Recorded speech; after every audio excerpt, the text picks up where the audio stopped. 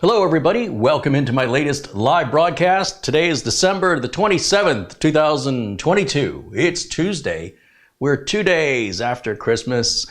Things are starting to cool off a little bit, at least they are over here, and hopefully that trend will continue.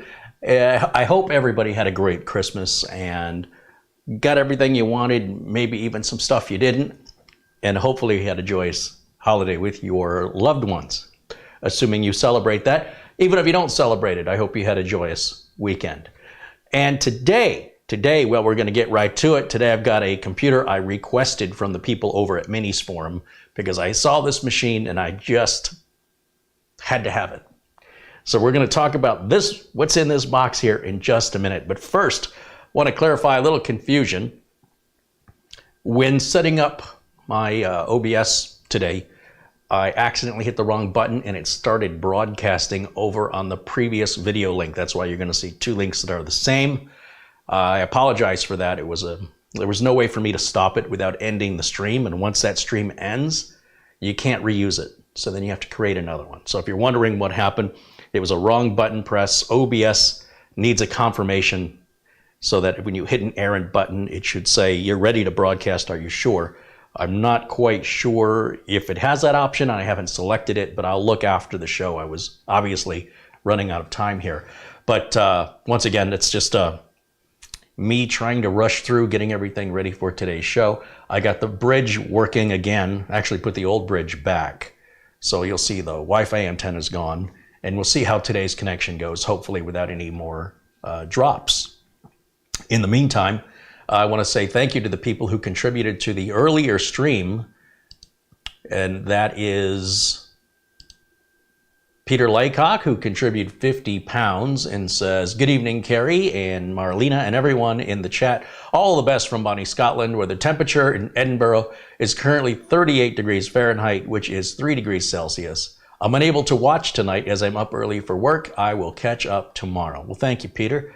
Thank you so much for your continuous generosity. Peter just received an award for 50 years at his employer. That blows my mind that anybody keeps a job that long anymore these days, or further, that employers even bother to recognize it. So it's nice that Peter's got himself a good employer there that recognizes his loyalty and dedication and hard work. And Peter keeps the trains running on time there in Scotland. Planet Cryos with a $5 super chat contribution a little earlier said, "Just a reminder to you that you are awesome." Oh, well, thank you, Planet Cryos. That's kind of you. Alan Lindas says, "I am celebrating my 70th birthday today." That's his actual birthday. I thought we celebrated this last week. What, are you having birthdays every week now? He says, "This is the actual birthday." He says, "Carrie, I got your first Gatorade on me. I hope it's cold." Well, thank you, Alan, with your $7.77 super chat contribution. I'm going with the Coca-Cola today, but as that gets warm, I'll probably switch over to the Gatorade. I'll be sure to use the one on you. Thank you, Alan. Happy birthday. Say happy birthday to Alan. Hopefully everybody's found the new video link. Yeah, that's devastating that when that happens. I will definitely look through my OBS settings. There has to be a confirmation. It's terrible to hit one button and it just goes live. And I'm like, wait, that's not what I meant. And the buttons are side by side. One is to select the broadcast in OBS, and the other is to select broadcast and start streaming. And they're right next to each other. And because select broadcast and start streaming is a lot more words, that button is bigger. So either I can remove that button maybe, or I will look for a confirmation. Hasn't happened before, but there's been a lot of close calls, so that was bound to happen. Let's just make sure it only happens once, right? Just want to start 2023 off with a bang. I have been making a lot of changes to Studio B, most of which you will not see. But I'm not doing a bunch of changes at once, and there's a lesson in this. I'm changing one thing at a time. So in the last couple weeks, I've replaced the mesh system. I have replaced the wireless bridge. Still having issues, worked on it all day yesterday, put the old wireless bridge back. I had the new wireless bridge hooked up wrong anyway, so it wasn't doing me any good. The idea with the new wireless bridge is it was 3 times faster. But I don't know that it would make any difference for me because I only use the wireless bridge for broadcasting. and broadcast only takes 8 to 10 megabits a second. So going from 100 megabits per second to 900 probably wasn't going to do me any good. So I was getting really frustrated with getting it work yesterday, and I got so angry with it. It was working really strange, and I need to familiarize myself with it more. So in the meantime, you know what? The old one was working. I put it back, and maybe in combination with the new mesh system, maybe that'll work better. I also tried plugging it straight into the back of the modem, and oh boy, yeah, that. First of all, before you do anything like that, you got to get the bridge working, because I didn't know where to find this problem. It was very confusing. But anyway, by making these one change, go live. Make another change, go live. If I make too many changes, I'm not quite sure where the problem is. Again, another shout out and a thank you to John Jack Wilson, who, with his generous contribution via PayPal the other day, I bought a bunch of new cables, including completely rewiring the way the bridge is hooked up. So hopefully it'll result in a cleaner look over here, and it makes more sense. I tend to do things the hard way. So while diagnosing this, I changed the wiring around a little bit. And the wire I'm running right now is just a little too short, so I've got some new 35-foot and 50-foot thin Ethernet cables. I thought the maximum thin Ethernet cable was 35 feet, but it looks like 50 feet is the max. Also, when I was diagnosing what was going on over here, I found something that I've lost now. I had the Ethernet cable I was running to the bridge. Hold on, I'm going to step off camera for a second and see if I can't figure out where I put it. I know I set it aside because I wanted to show you guys. Oh, what did I do with it? Ah, man, I've got so buried in trying to fix this problem. I set it aside. I want to show it to you, but now I don't know where I put it. That's weird. All right, well, I'll have to save it for another show. But essentially what it is I'm running one of these long, thin Ethernet cables, and it's going all the way across. And when I was trying to figure out why the bridge wasn't working very well, I noticed the cable wasn't smooth in a section. It looked all wrinkled up. And when I looked at it, it had a big cut in the insulation, and you could see the wires inside. So I don't know if something heavy with wheels went over it and crushed it, which is what I'm guessing because I move a lot of stuff in and out. That's really bothering me because I set that cable aside, and it's a long cable. It's like a 35-foot cable. And it was apparently working, but I'll tell you right now, when you cut the insulation, anything like that happens, you could have a break in the wire. You could have a bleeding effect of the interference, the RF, of both receiving it or sending it out. And so, while I think the cable was technically working, I don't think it was working as well as it could have. There is no repairing these. You just throw them in the garbage and you start over with a new cable. These are super, super small, thin Ethernet cables, and it's bothering me. I don't know where I put it, but I will find it and I will show it to you on a future show when I'm not so frazzled. Yeah, that was eye-opening because I had no idea, and I would have continued to be in ignorant bliss had I not pursued getting this bridge situation figured out. Thank you goes out to Tom Jackson with $7.77. In the super chat, he says, always glad to see you guys. Hey, thanks, Tom. Although I think he's talking to the chat room. There's Kelly Stewart. Hey, Kelly, welcome in. There's Ron Barnish. And Mark Baggett became a member for 6 months. He's been a member. Right on. Dan Ringman with a $10 super chat contribution says, I want to say thank you for your information about routers and modems, which was very helpful. I got my internet up to speed to what I'm paying for. That's a great point, Dan, and thank you for the super chat contribution. Your internet service provider is charging you for a certain amount of bandwidth. Whether or not you use it, doesn't matter. You could go away for a month on vacation, you're still going to get that bill. You could have that internet connection hooked up to an old computer that can only utilize half of the speed or less, which to you might seem fast because of whatever it was you came from to go into that high speed. But it may be your router, it could be your computer. that's holding you back. Now, the ISP doesn't look at your usage and say, well, you're only using half speed, so we'll take half off your bill. They don't do that. So why not spend a few extra dollars to modernize your equipment so that you can actually use what you're paying for to its full potential instead of paying for way more? Look, it's like going to a buffet and you're like, I'll just have this one little thing here and then I'm done. What's the point? You're going to get charged the same for the buffet, whether you eat a little bit or you eat a lot. So, well, there are often limitations to how much data you can download in a month. Typically, a terabyte is what's been instituted by most of the major cable providers across the United States. They often can extend that to limitless for like, here it's $50 more and it's all you can eat.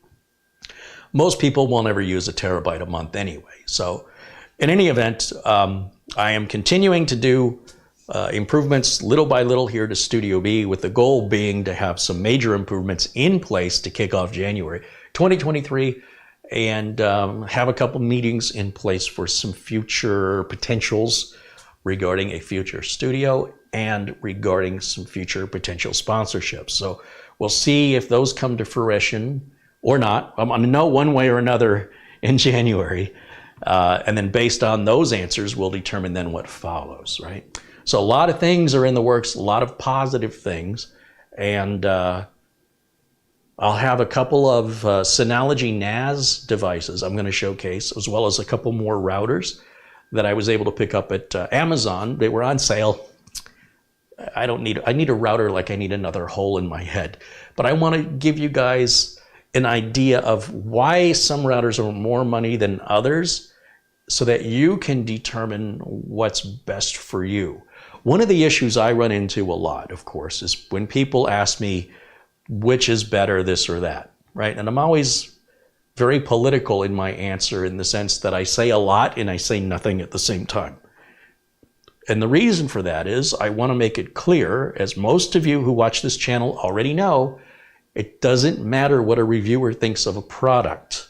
What matters is whether or not that product will meet your needs. And the reviewer doesn't know your needs. They don't know your budget.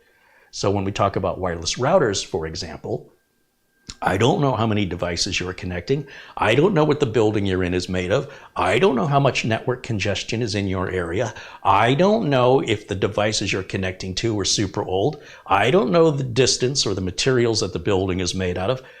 I don't know how much money you're willing to spend. I don't know where you've placed the router, because ideally you'll put the router somewhere central, somewhere towards the middle of your building. And that's just routers. We talk about keyboards. What keyboard do you recommend? Man, keyboards, I got to tell you, keyboards, mice, headphones, speakers, monitors. Someone asked me the other day, what's a good monitor? These are all personal preferences. So the best advice I'd give you is stick with a name brand. Look at the warranty. Does it have a short warranty? Does it have a long warranty? Compare that to the price. If something is renewed or refurbished and it's only got a 90-day warranty, but it's significantly less money, and let's face it, how often have you seen a monitor break? It might be worth it to you. On the other hand, you might be somebody that doesn't want to mess with it. I'll spend the extra money to get peace of mind. But what monitor looks good to you? Which monitor is big enough, too small, too big, bright enough, sharp enough, clear enough? Your eyes, and only your eyes, and your desk space are what determine that. Nobody else's. So you say, okay, well, what good is the review if you can't tell me what to buy? Okay, I'm not being a salesman over here. I'm not working for these companies trying to sell you their products. There are products I use in my business, and I'll tell you, I use these, and I believe they have a universal appeal. Whether it's RoboForm for Password Manager, I think every one of you could benefit from that if you're not already using a password manager. I think Acronis for system backups and system cloning would benefit every single one of you if you're not already using something else that you're happy with. When I can further that with discounts to you guys, you have to know the deals will not happen if the company that I'm working with will not make a special offer just for my audience for a short period of time. Now, I will look into getting a less extreme discount just for year-round for Acronis, because I want people who are just now finding the channels to still be able to save money. But I have a potential sponsorship back on the table, and we're going back around in the same circles with them, where all they're talking about is what they're going to pay me. And all I'm asking is, what are you going to do for my audience? And I've already warned them.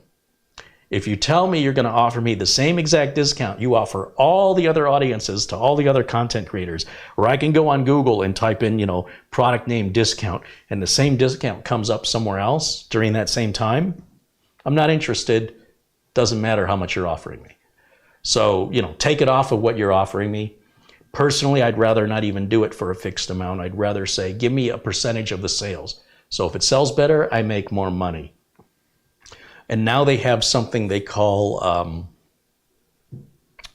rather than doing a commission on sales, the problem with that is a lot of services are subscription-based these days. So let's say I make a commission on the sale of a Cronus, and then you renew a Cronus next year. I don't get any commission on that ever again.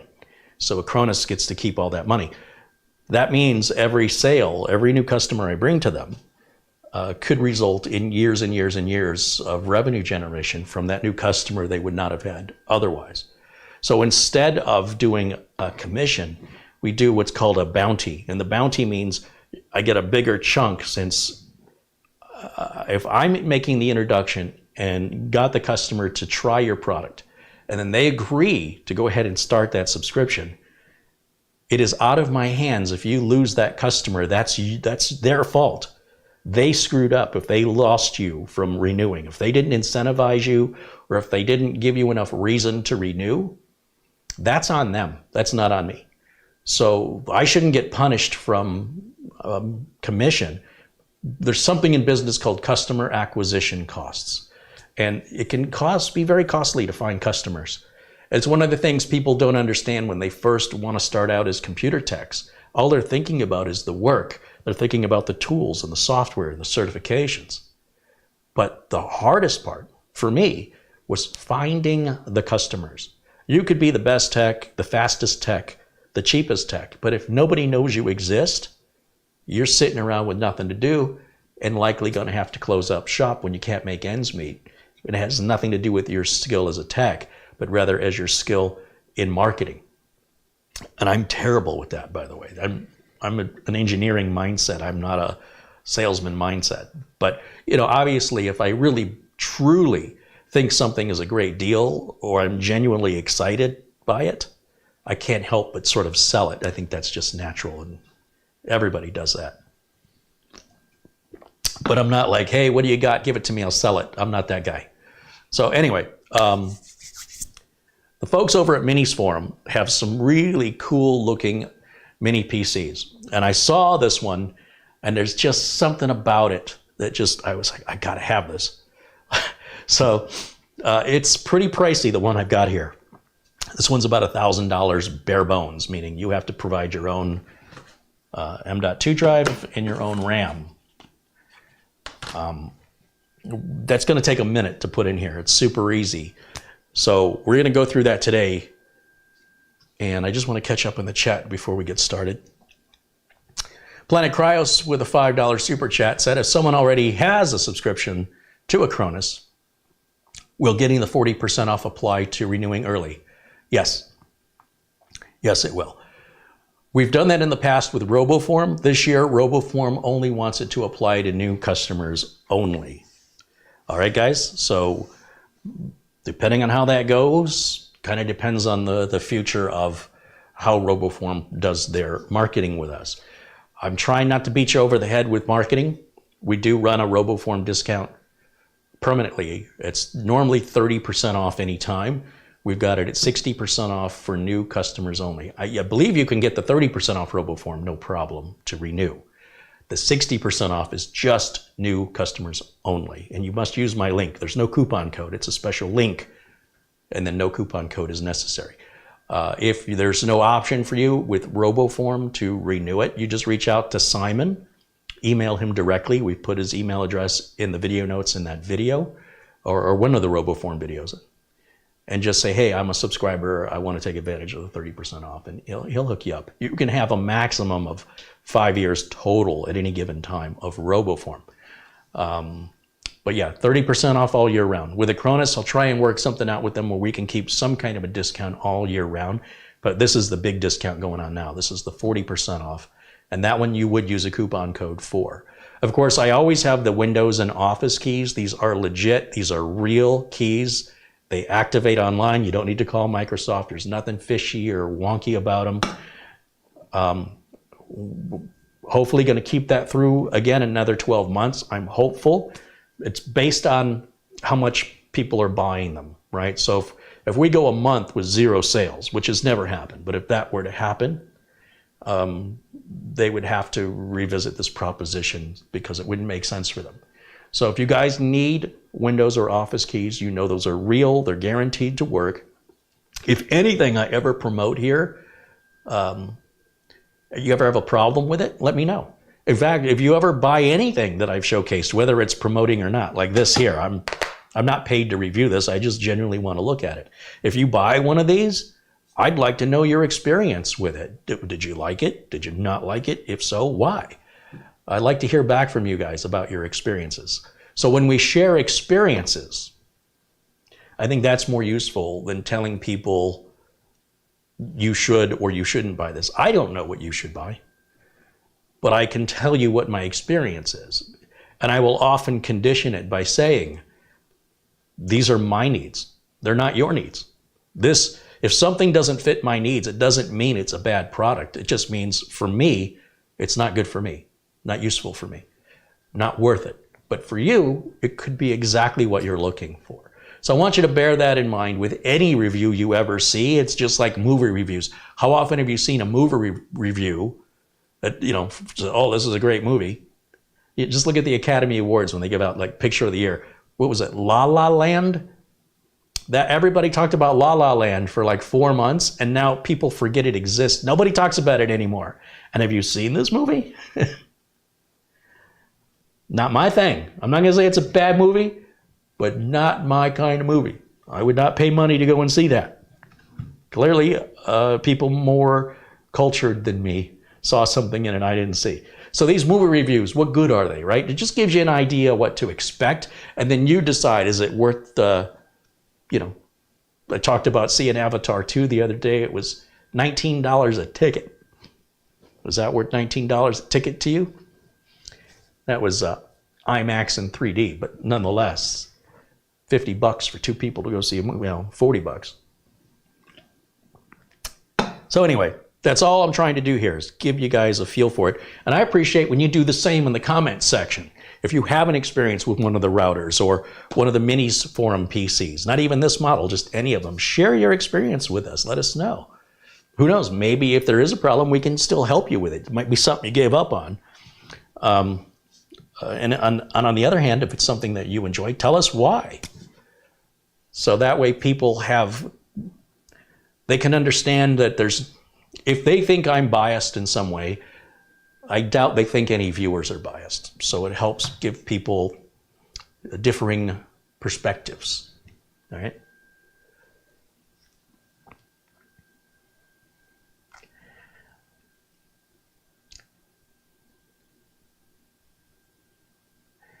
Okay, I think we're caught up. And so I want to show you the Minisforum website because I don't know if this product is available any other way than directly through the manufacturer.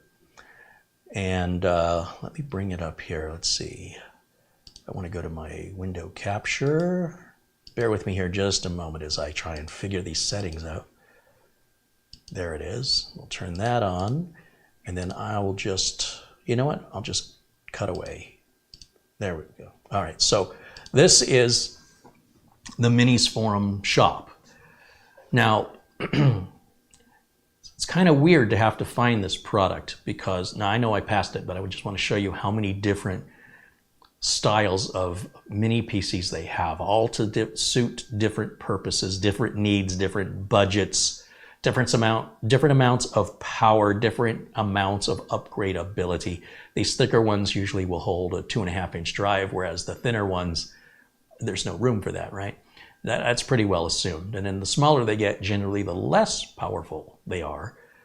but also they take up less room. And you can see that one's only $139 for this thing here, whatever it is, it's super small. And that might be all you need. So you'll see they have different adapters for the United States, the United Kingdom, Europe, and Australia. But here's the thing, when I hit the shop button, well, here we go. This is the NUC, the NUCXi5 and the NUCXi7. So there's an i5 version of this and an i7. Why am I so excited about it? Well, this is essentially the unit that was sent to us. This is the i7 11800H, so it's 11th gen Intel with the NVIDIA 3070 GPU. It is a Barebone system, so we're not going to select any RAM or storage. You can, and if you do, like let's say we go to the maximum here, you'll see that adds $200 onto the price tag, which honestly, it's not a bad price, $200 for both 32 gigs and a 1 terabyte. But yeah, let's just keep it at Barebone. Make sure we have the US adapter. And this is all the information about this unit. What's really neat about what they've done here is they have taken the powerful laptop motherboard. And I say powerful because it's more powerful than what you typically will find in a mini PC, especially with the cooling. That can be a problem on a higher end PC. And using the RTX 3070 that's mounted to the motherboard. So it's not the same as a discrete 3070 that you would add in, but at the same time, it doesn't suck up as much power. You can still play games in 4K if you wanted to, or there's 4K emulation. And it's basically just it's an ingenious design. I just thought it was a great idea. Let's take the motherboard out of one of these powerful laptops and let's make something entirely different for a desktop PC that you can upgrade the same way as a laptop. This is a laptop board. I've never seen anybody do this before, and I love the out-of-the-box thinking. So ideally, this is what we're going to have in the box that's sitting in front of me. And this is what we're going to take a look at today. And if all goes well, I might just keep this on my bench for a PC to refer back to, unless it's too distracting. So we'll find out here in today's broadcast. My thanks over to Phil over at Minisforum for sending me the unit. Again, this was my idea. Phil wants to send me some new and upcoming stuff, and I said, well, we'll do that too. But seriously, this thing, if you want a gaming PC that's super small, this is the way to go. We've got our documentation.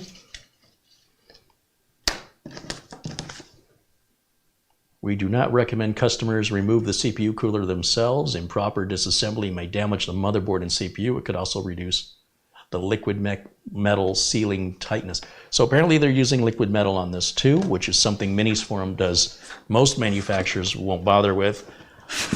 It's got to be applied correctly, or you can get oxidation over time. And they've studied all this, and they figured out an application method that reduces that possibility from happening. Now this is a big heavy base right here. The unit doesn't have any rubber feet on it. It's not really meant to be laid flat.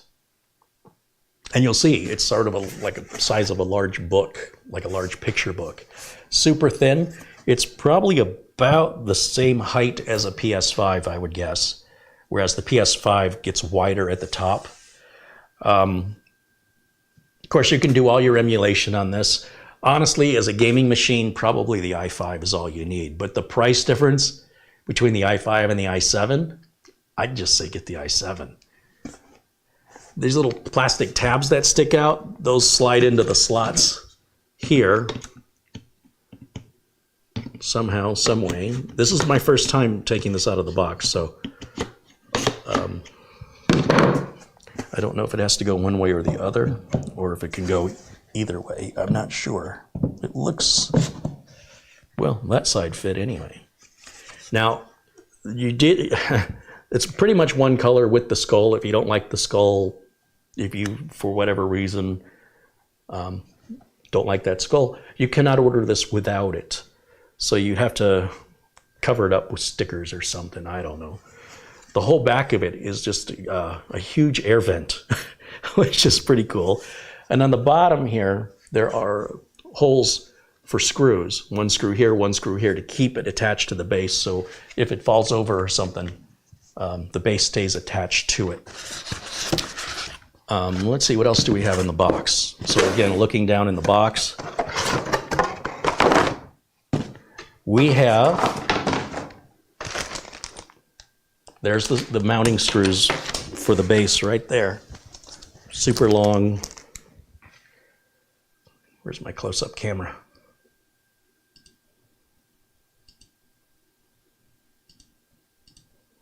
Yeah, these super long screws right here are for the base. We have an HDMI cable, a long one too. That looks like a standard 6-foot HDMI. We have a power brick very similar to what you would have in a laptop. And it uses the standard PC power cable and comes with a standard PC power cable, which I don't have to use because I already have a spare one down there. So that's the nice thing, is you're not dealing with any proprietary cables. This should have Windows 11 Pro already installed. So let me go ahead and start putting this stuff back in the box so we can clear my desk space here. So yeah, we'll put that back like so. Put this back. Things never go back in the box the same way they come out. There's like some magic to that.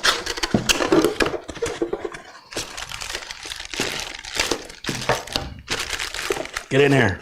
Get back in there. I don't want to go in the box. Get back in the box. Documentation. I'm going to just put that in there for now. We'll see if we need to get back to that. I think this is all going to be pretty straightforward. All right. Well, it sits in there pretty good. Those little tabs do a great job of holding it in place. So, one of the first things we have to do is open this up so that we can install our M.2 drive. Oh, this isn't going to have Windows 11 installed. It doesn't have a drive, Carrie. Duh. Okay, so we can put Windows 10 or Windows 11 on it. Now, you know me. My preference is let's just put Windows 10 on. It is Windows 11 compatible. My personal preference is Windows 10 because nearly all of my customers, 99% of my customers, still run Windows 10. Windows 10 is good until October 14th of 2025. So we got 3 years, just a little under 3 years to go before we must replace Windows 10. So if I don't have to use Windows 11, then I don't want to. I don't see any benefit of it, and I don't like the extra clicks I got to do for basic stuff that I do all the time, like copying and pasting and stuff like that. So, or looking at my start menu. Everything becomes 2 clicks that was once 1. It's just really annoying, and I don't want to change anything, customize it, because the minute I have to go to a customer's or any other Windows 11 PC, if I've forgotten how to do it, it's not good for my career. So it's best that I learn just the standard defaults because that's the way the customers have them. And then I'm not handicapping myself with little shortcuts and tricks. That's fine for your own computer, but I certainly wouldn't do that to customers' computers. So first thing I'm going to do is figure out how this thing opens up, which I don't know. Does it simply pull apart? And which side pulls, or is there a release? Like, I don't see anything on here that's good. Well, there is one screw. I see one screw. Maybe that has to come out. All right, well, we'll take a quick look at that documentation after all. Just so I don't want to break it. I mean, it's brand new. I'm sort of excited about this, if you couldn't tell. All right, I gotta get out my old man glasses. Where's my glasses? And, oh, I gotta look back at the chat room here and see what you guys are saying.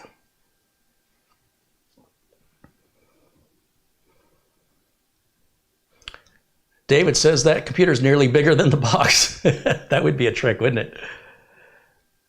It's a screenless laptop vertically mounted. Well, it's more than that, right? Because a laptop also typically has a webcam, a keyboard, a mouse, speakers.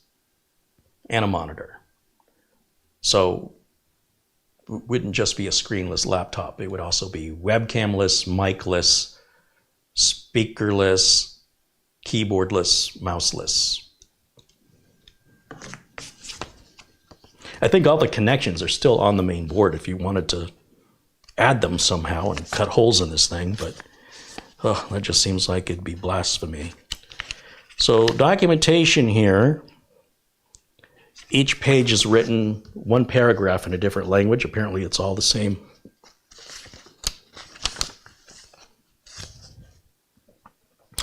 It's got a button to switch performance to put, it's like a gaming button, and that pushes more to the 3070 graphics card when you're gaming.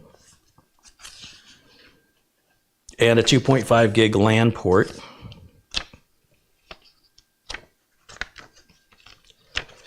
Okay, and it says there are 3 screws at the bottom of this unit that need to be removed. They're all down here where these feet are. And when those 3 screws are removed, then you lift up, and we're going to do it with the screen, the side here that's kind of got a screen on it.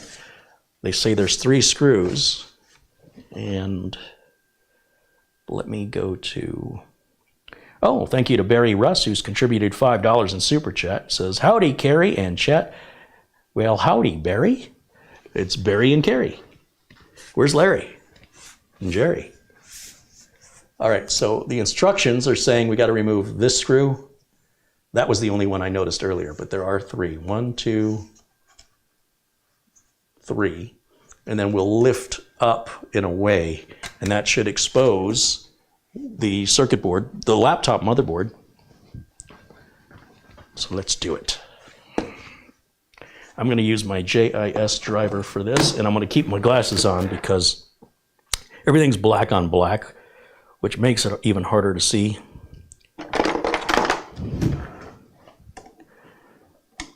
And I want to have the graded side up like this. I want to bring it to the edge of the counter here because it's so low.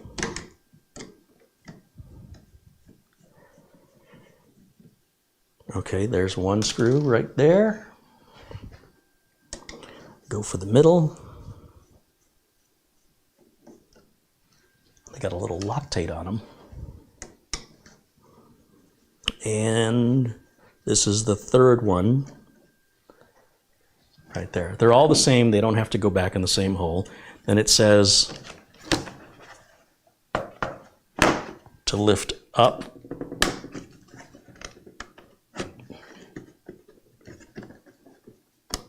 Am I missing a step here?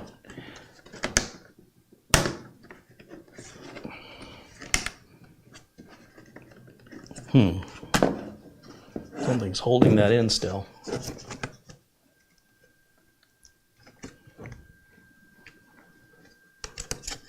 You definitely don't want to use brute force when you're working with any computer hardware, laptop or desktop.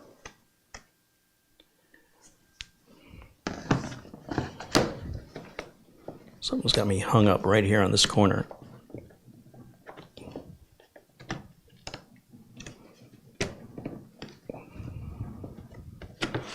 What's weird is it feels like it wants to open this way. So we're going to be very careful with this. Anytime you're working on computer hardware, I'm going to give you a tip from your Uncle Kerry. When something requires a bit more force, you're probably doing something wrong and you are more likely to break something. With laptop enclosures and a lot of modern enclosures, they snap together. And if you don't bend the snap back with some kind of a spudger tool, but instead you use force to break it through, you'll often break that one snap. What happens if you break that snap? It'll be some teeny tiny little piece of plastic that'll be near impossible to glue back on. And even if you could glue it back on, it probably won't hold very long. The older the equipment is you're working on, the more dry and brittle the plastic gets, and it's more likely to break. If it breaks, then whatever corner or side that clip holds down may bow when you get it all together, and it'll never quite sit perfectly with that nice perfect seam. It won't affect the operation of the computer. It'll work just as well. However, it's just not going to look right. And this is what can happen when people get impatient and they start using force. So Zdravko wants to know if he can buy this computer in Europe. Yes, you can.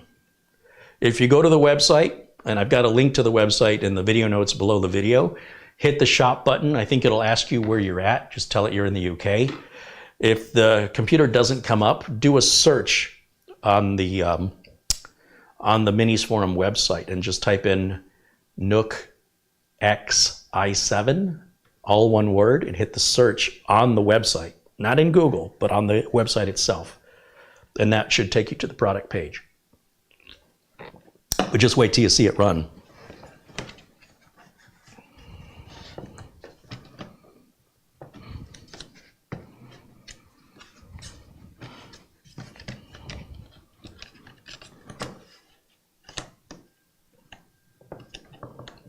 Yes, something is really holding it into this corner. I want to take another look at the directions just to make sure I didn't miss any little detail here. I'm so anxious and I'm so excited. I just want to get through it. Use a tool to unscrew the 3 screws at the bottom. Okay, we did that. Next page. Lay the board right side up. Pull the housing from the bottom of the right in the direction of the arrow. So, just so you guys can see what I'm seeing, I'm going to bring this up to the camera here.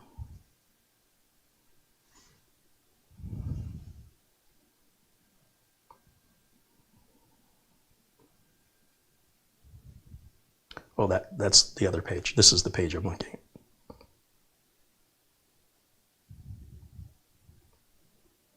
So my guess is we have likely a little plastic clip right there. And if I pull up on it like that, I'm afraid I'm going to break that little clip, and then that corner won't sit back down right after that. Something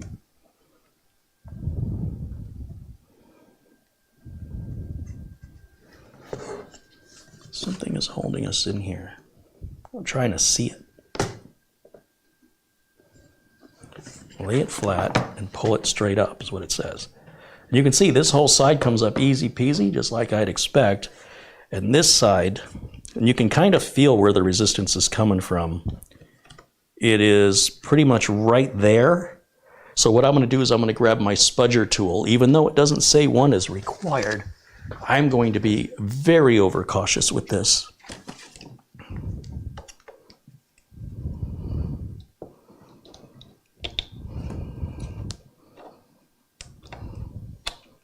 So now it feels like it's getting stuck right here. And that is really super stuck in there. And I do feel like if I pull it harder, I might break it. Unfortunately, for me, I don't see anything obvious that would hold that in place.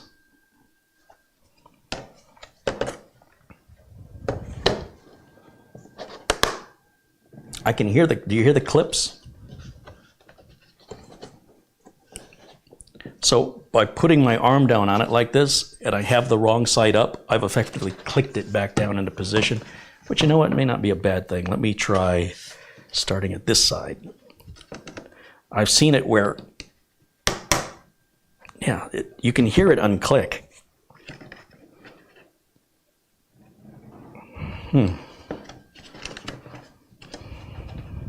I've seen it many times where when you're disassembling or assembling something, if you get it off center, then it can be very difficult to get the clips to disengage because you're putting way too much, like one side came loose and one side didn't.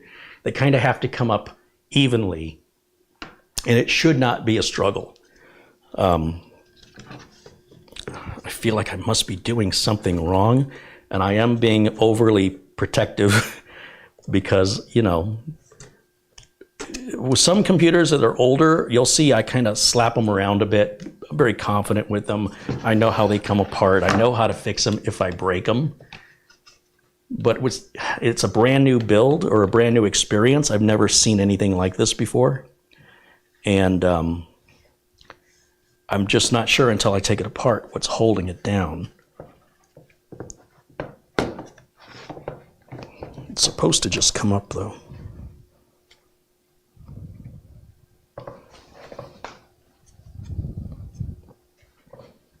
Wow, I mean that thing, something is seriously holding it down right here.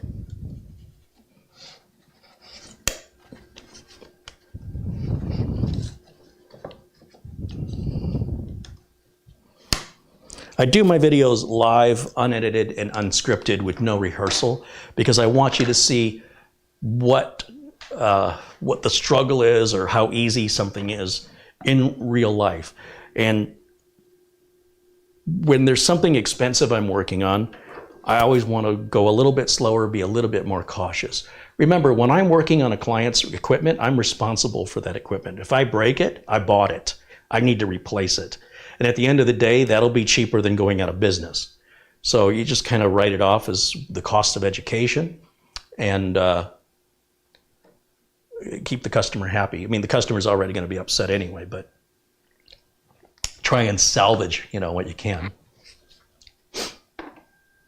Let me take a look in the chat room if you guys are pointing anything out to me that I'm missing here, because it just looks like it should lift up. Gary Tatum likes the copper color keyboard and mouse. Hey, thanks for that, Gary. I did a review on these keyboards a couple videos back.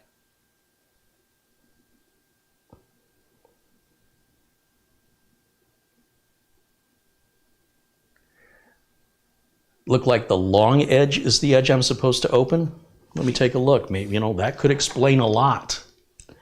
It looked to me like it was the short edge, but that's why I wanted to show you guys the same thing I'm looking at.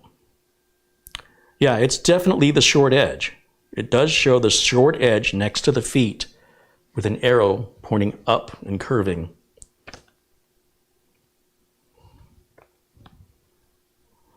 It's just that you're looking at it from the long edge, but the arrow's here, you see the feet, and you see the arrow right here pointing that way. I'm not quite sure if you guys can make that out, but I'll show it to you again. You'll see that it's opening short edge to short edge. See the way it's tilted? If it was the long edge, it would be tilted a different way, right? This long edge, we'd be seeing the underside of that at this angle. So we're opening short edge to short edge. But I appreciate you mentioning that just so I can double check, because it would be something stupid like that, that all of a sudden the job gets easier.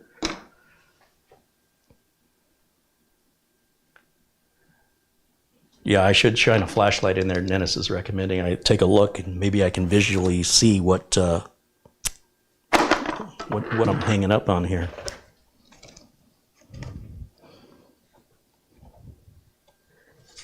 I'll tell you what's interesting is there's a screw. Well, no, they're both there. Bear with me for a minute, guys. Let me focus on my work for a second.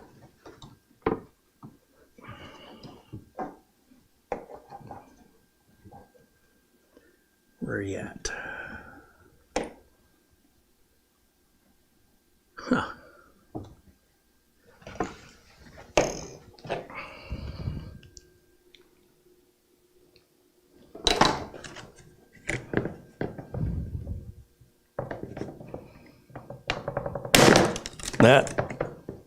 That did not sound good to me.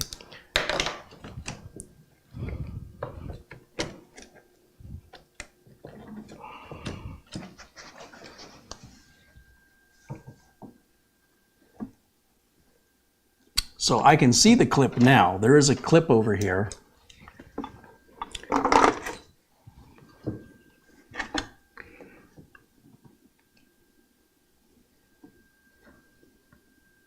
Just looking to see if I damaged it.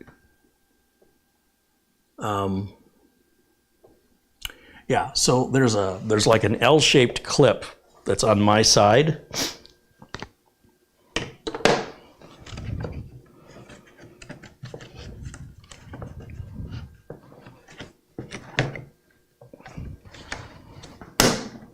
if I push this panel away to kind of get the clip away from the edge, that seems to be helping.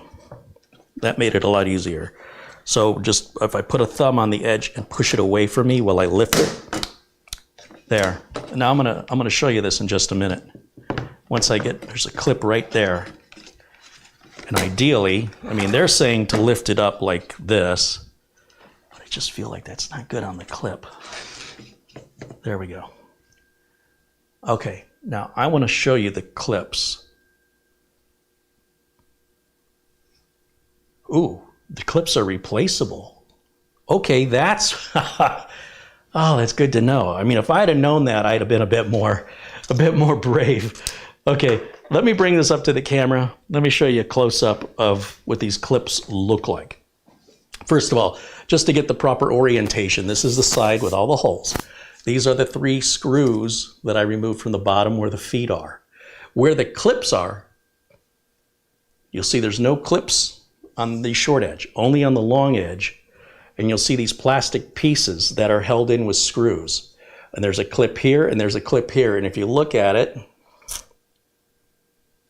they're pretty sturdy, thick clips, thankfully. They're not typically the thin stuff you find on a lot of laptops. And on the other side, we have this long black plastic strip. And I thought maybe I chipped the edge off of the clip, but they're just the way they're designed. They're all that way. But if I break one, it's nice to know that I can theoretically get that piece and 3 screws later have it replaced. You'd never know there were screws on the other side. And then we have some rubber pads here and here for some reason. And then this, you might want to dust it out or blow it out rather, blow out from this side with your air, blow it out this way to get all the dust that will accumulate there over time. Now, as for the unit itself, let's get to the good stuff. This is what it looks like on the inside. And it looks like a laptop, doesn't it? You've got your 2 cooling fans there. They are sealed with liquid metal. We have our USB and SD card reader going to a little circuit board with a ribbon connector. And to your right, you'll see the headset jack and a USB 3 that goes to the other circuit board with the other ribbon cable. As we move across this way, you'll see that there's our CMOS battery, which is right there. The black and the white wires are antennas for the Wi-Fi, so you leave those be. That's the Wi-Fi card right there. Where's our RAM go? Let's take a look here. These are our 2 M.2 slots right here with the screws that will hold down. You can have up to 2 M.2s in there. And then these are our RAM sockets. And we have 2 RAM sockets where these black plastic covers are. So you'll lift up the black plastic here, or Mylar, whatever that is, and you'll see the RAM socket below. That's DDR4 RAM we are using.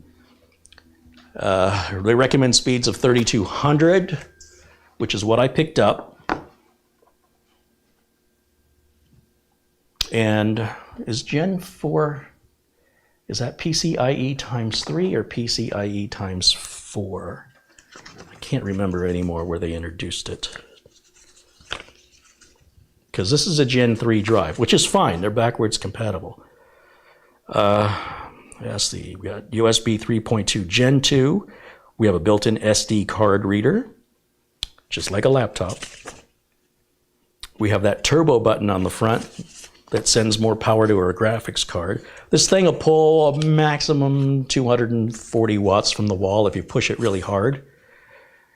It does have a Thunderbolt 4 interface, which provides a data transfer rate up to 40 gigabits per second and supports display output of 8K at 60 hertz. We have our HDMI port. We have our 2.5 gig LAN port. Of course, we don't want to block any of the air vents. And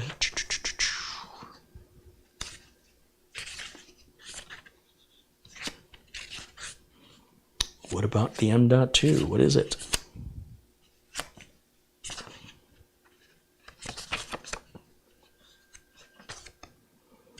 Gen 3 or Gen 4?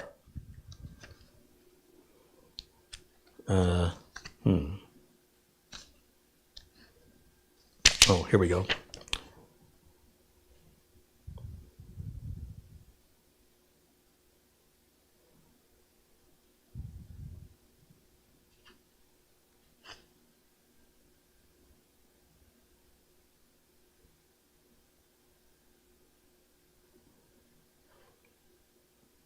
It's telling us that we should have been pulling on the cover, apparently. It's telling us when we put the cover back on to slide it in and then push it down. But it didn't tell us to slide it out and then pull it up. That might have been where my difficulty was. That would make a lot more sense, and it would have been a lot easier for me. You see, once I have it apart, and I look further in the directions than where I just needed, that's probably why I was struggling. I'm going to guess. Let's see. It's not telling me if it's PCIe Gen 3 or Gen 4, but I can look on the website and let's take a look at what the website says. Let me go back over to their site and we'll share the screen with you. Here we go. What is it, Gen 3 or Gen 4?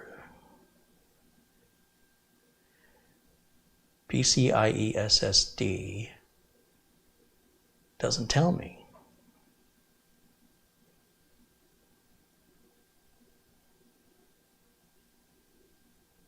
So you can have, oh, this says PCIe Gen 4. Okay, so we do have a Gen 4. Well, if that's the case, I should look and see if I have a Gen 4 SSD laying around.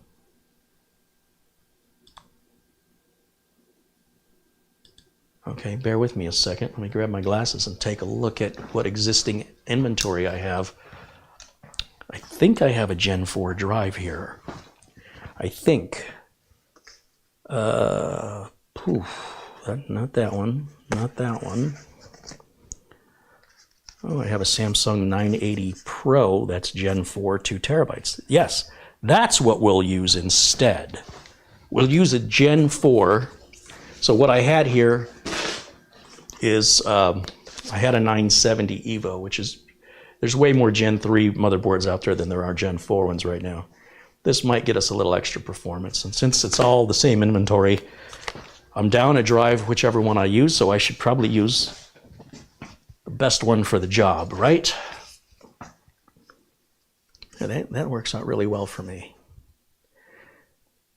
And that still leaves me with an extra one too. So good, good. I'm not out of them. Okay. Okay, now I can move forward more confidently now that I've familiarized myself. You know, look, you guys watch these videos where these folks, they go through rehearsals, they build it, they'll take it back apart, they'll do it again on camera. If they screw up, they edit it out.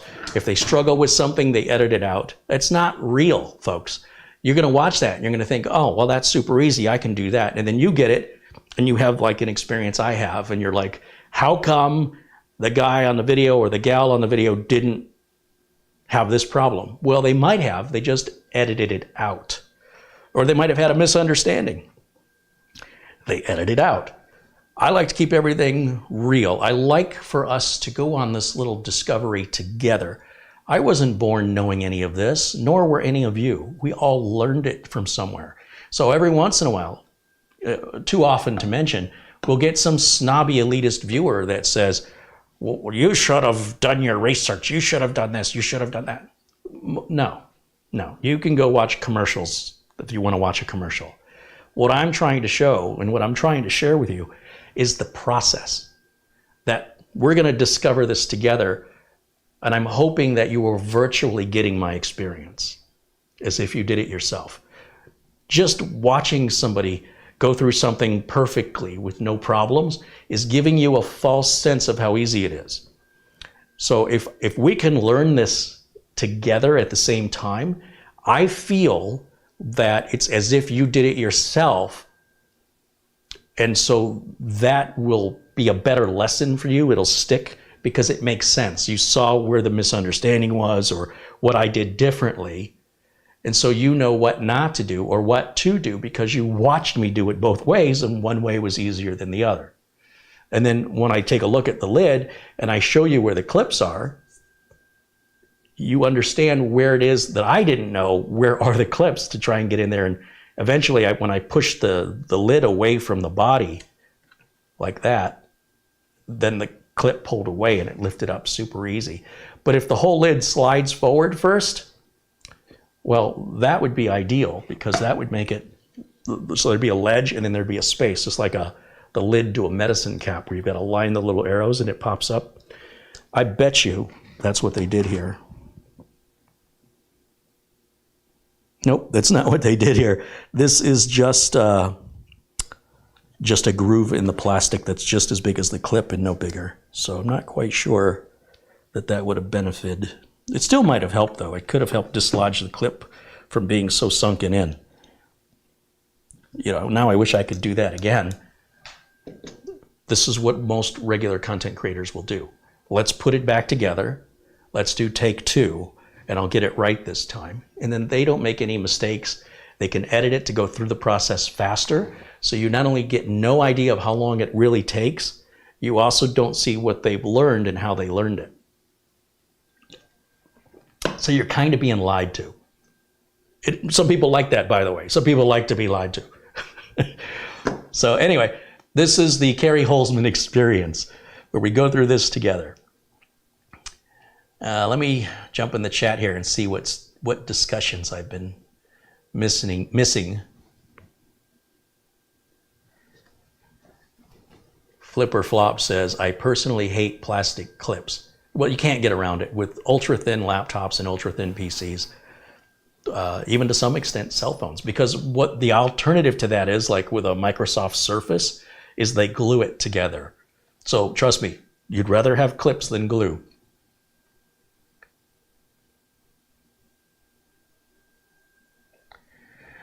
Mitch Morrison pops in with the dad joke of the day. He wants to know, what is a clock's favorite time? It's got to be 6:30, hands down. Thank you, Mitch. Good to see our good friend Mitch there in the chat. Mitch will be joining us this Saturday, New Year's Eve. We're going to do our end of the year hangout. And no agenda. We're not going to do any work. Maybe we'll answer some tech questions. I've been requested to do a drunk tech support. I'm not planning to do that, but we could do some tongue-in-cheek tech support.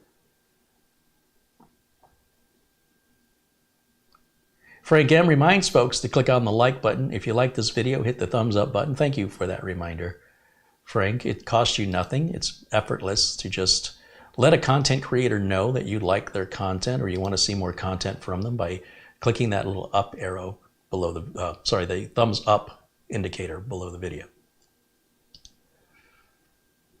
Apparently using the thumbs up is an indicator that you are an old person, according to Generation Z there. What's next? Apparently, if you speak and don't text, you're old. I'm just waiting for that to come. Leave it to somebody, leave it to a whole generation to find a thumbs up, a positive thing. Let them find a negative as some passive-aggressive middle finger. That's effectively what a certain percentage of this younger generation is interpreting that as. And if you don't mean it as a middle finger, then you're just an old person. So if you use the thumbs up, you are old. By the way, I didn't know what the problem is with being old. Not everybody's going to make it to be old. So that seems like something that should be admired, not something that should be insulted or looked down upon for some reason. Because I got to tell you, the alternative to not getting old, I don't know.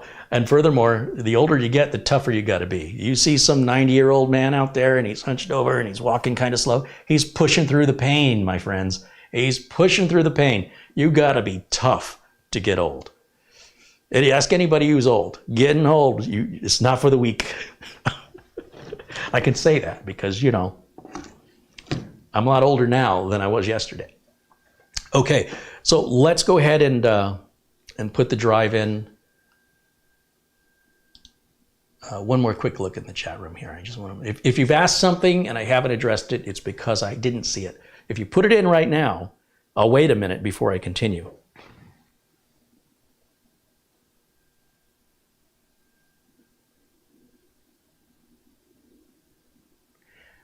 Chris Garrett says there's a lot of wasted space in here. Yeah, it looks like they could have made it a good 2 or 3 inches narrower, right? It looks like if these boards were closer to this edge, we could have the board. But you have to understand that where all the space is, what you're failing to, you're looking at this in a very single-minded way. When we cram the components in so close together, what do you think happens to our airflow? What do you think happens with the heat of this machine the more we compact it in? What you're calling wasted space is likely one of the reasons this machine will never overheat. And I'm making an assumption here, but having that added room is more air.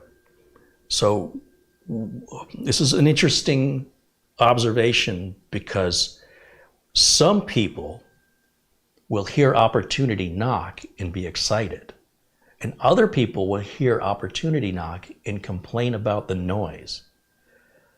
I find that human psychology over which way somebody chooses to lean, which is a purely voluntary choice that requires the exact same amount of effort. Why do people go negative? Why do we do this overall? Not everybody.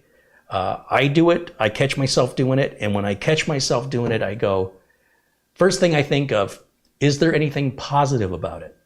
Could there be another reason where I'm not considering where the wasted space is actually not wasted at all?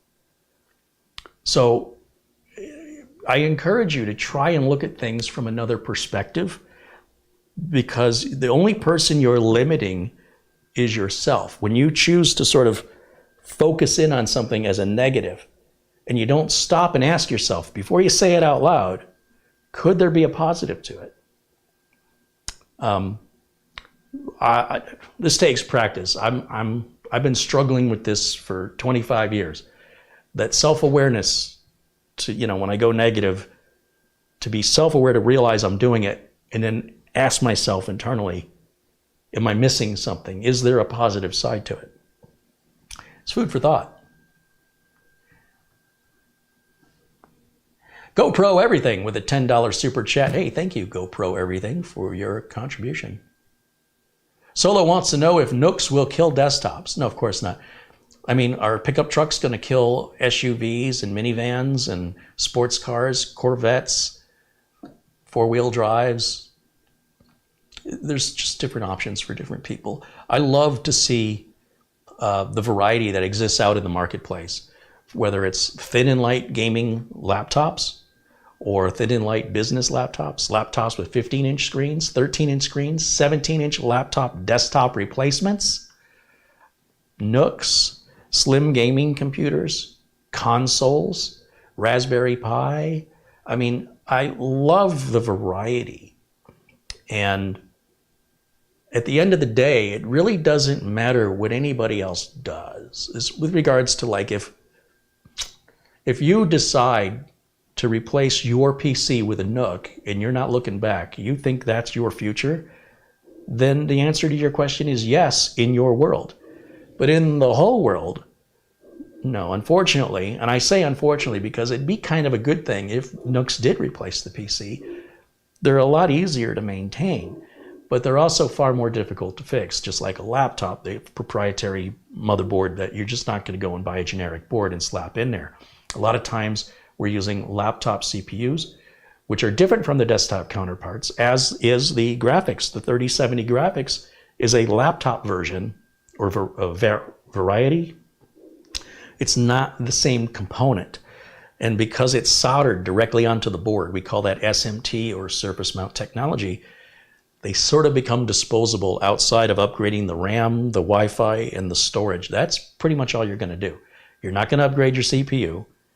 With these, they are using liquid metal, so you absolutely do not want to separate the heatsink at all. The most you want to do is blow the dust out of it. But yes, for some people in their world, so in the world you live in, the answer might be yes, the NUCs replace the PC.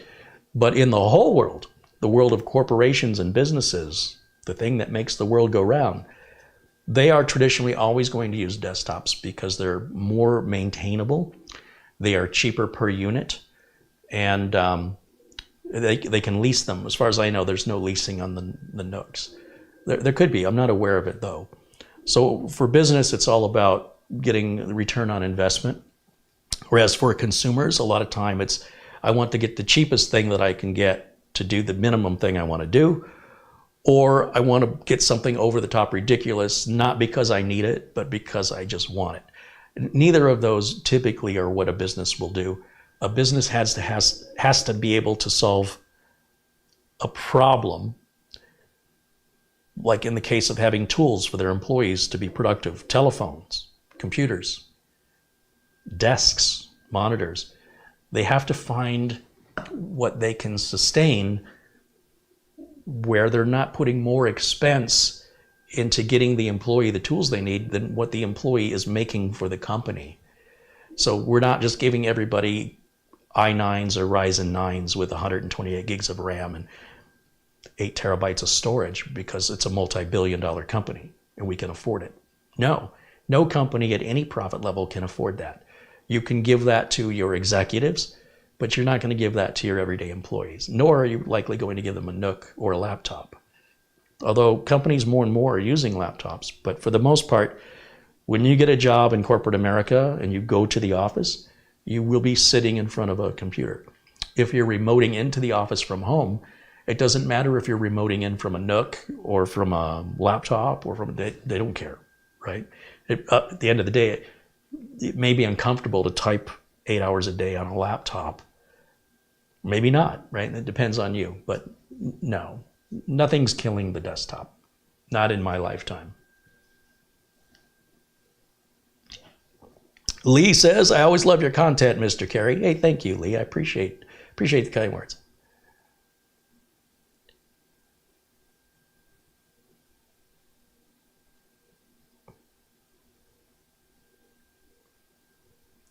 Mitchell Morrison with another dad joke says, how do you fix a broken tuba?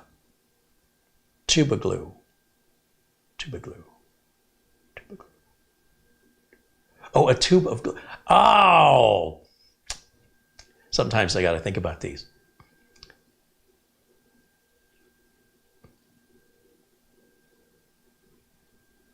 Alan Linda says, that joke was super, Mitchell. I was glued to it.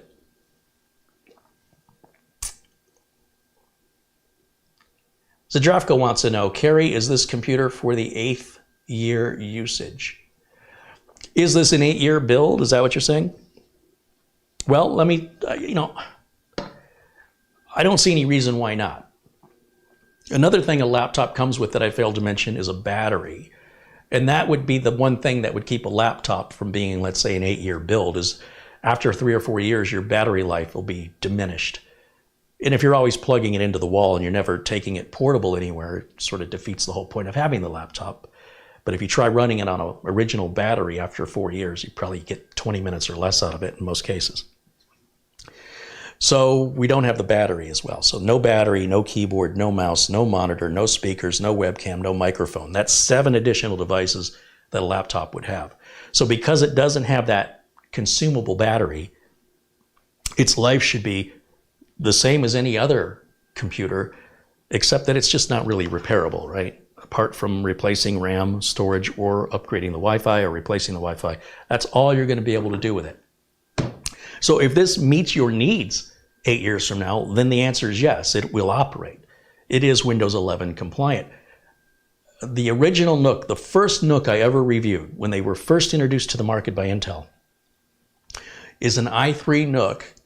That video was done in April of 2013. That NUC is still in use. Right now as I speak, they are using that, and they use it to remote in to work. It is a little bit slow, but putting on a new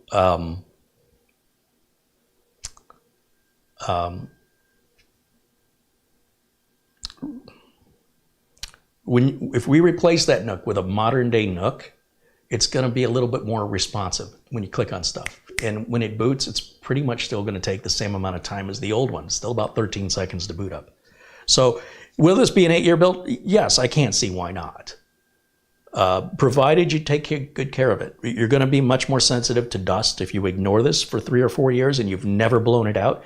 You could run into heat-related issues, which have the potential to permanently cause harm. But if you blow this thing out once, twice a year, and you're not constantly opening it up and fidgeting with the inside, the more you can just use the computer instead of getting inside of it, the more likely it's going to last longer. So what you see me do today with this storage and this RAM will likely be the only storage and RAM this thing will ever see in its whole life. There will be no other reason to ever open this up again, unless we want to upgrade to Wi-Fi 7 or Wi-Fi 8 or whatever in a few years. But more than likely, the Wi-Fi card it's got now is plenty fast, even years from now. At the end of the day, will it work? Yes, it should work. Will it still continue to meet your needs 8 years from now? That's kind of on you. I don't know. Kcordia's Technology says, we switched 70% of desktops to laptops with docking stations for users due to COVID and the change in policy of work from home. That makes sense. Yeah, I could totally see that. There's Crystal in the chat says hello. Nick Poverman saying hello. TWC Codster says hello. Hugh saying hello. Zadravko says thank you. My pleasure, Zadravko. I appreciate the question.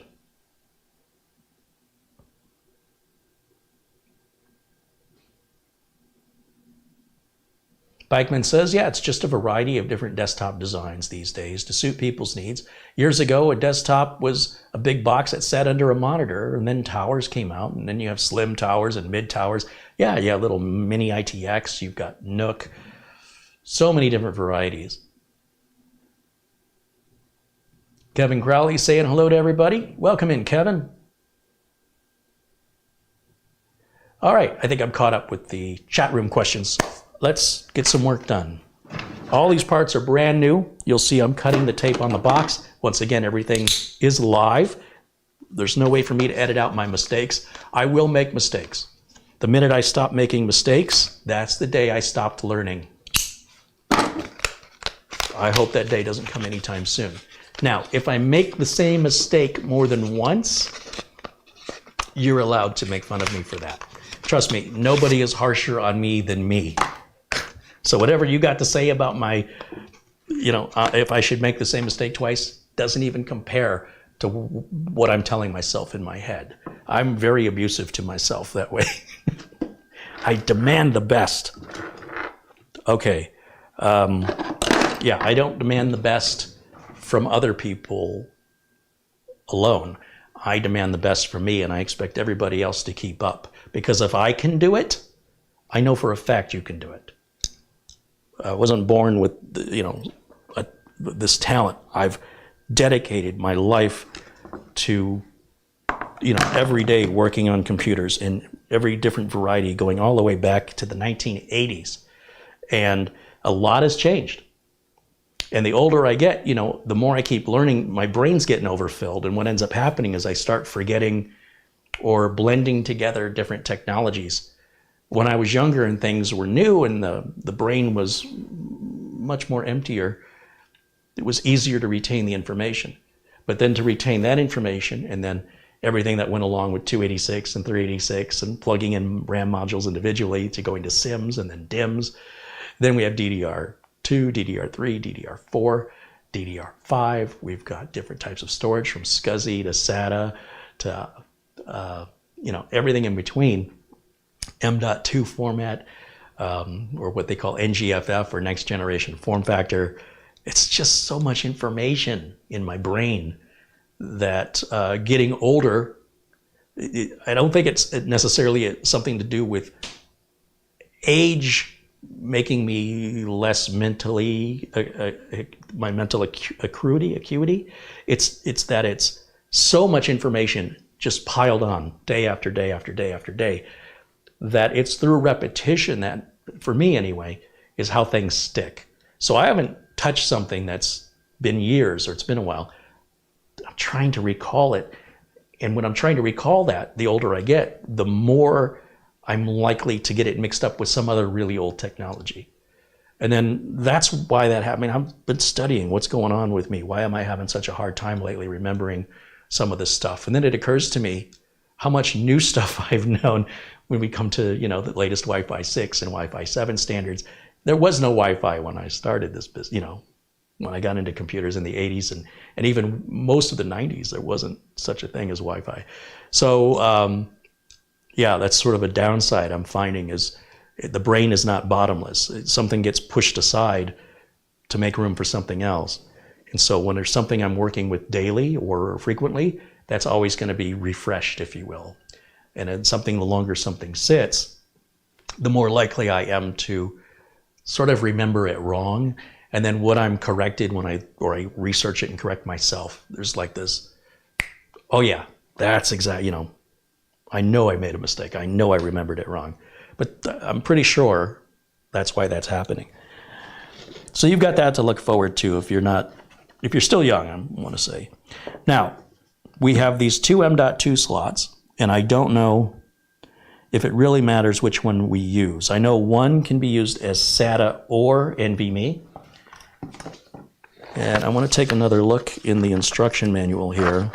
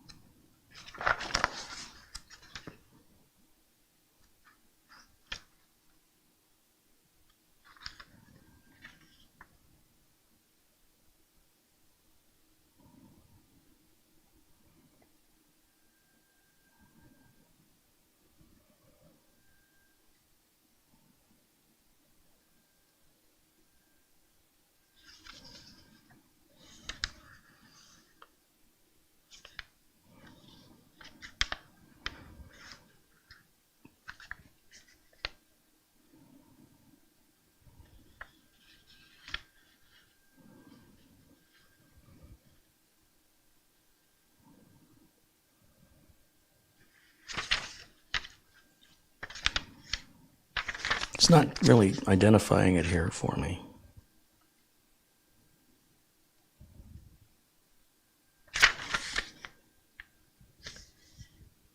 So I'm not sure which one has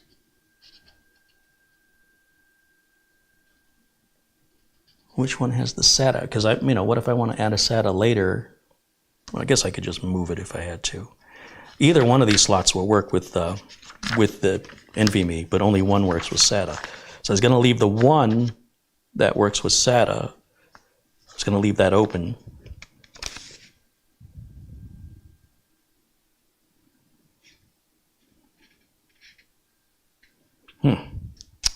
Well, I think I'm going to use the slot furthest away from this fan. There's going to be some heat right here.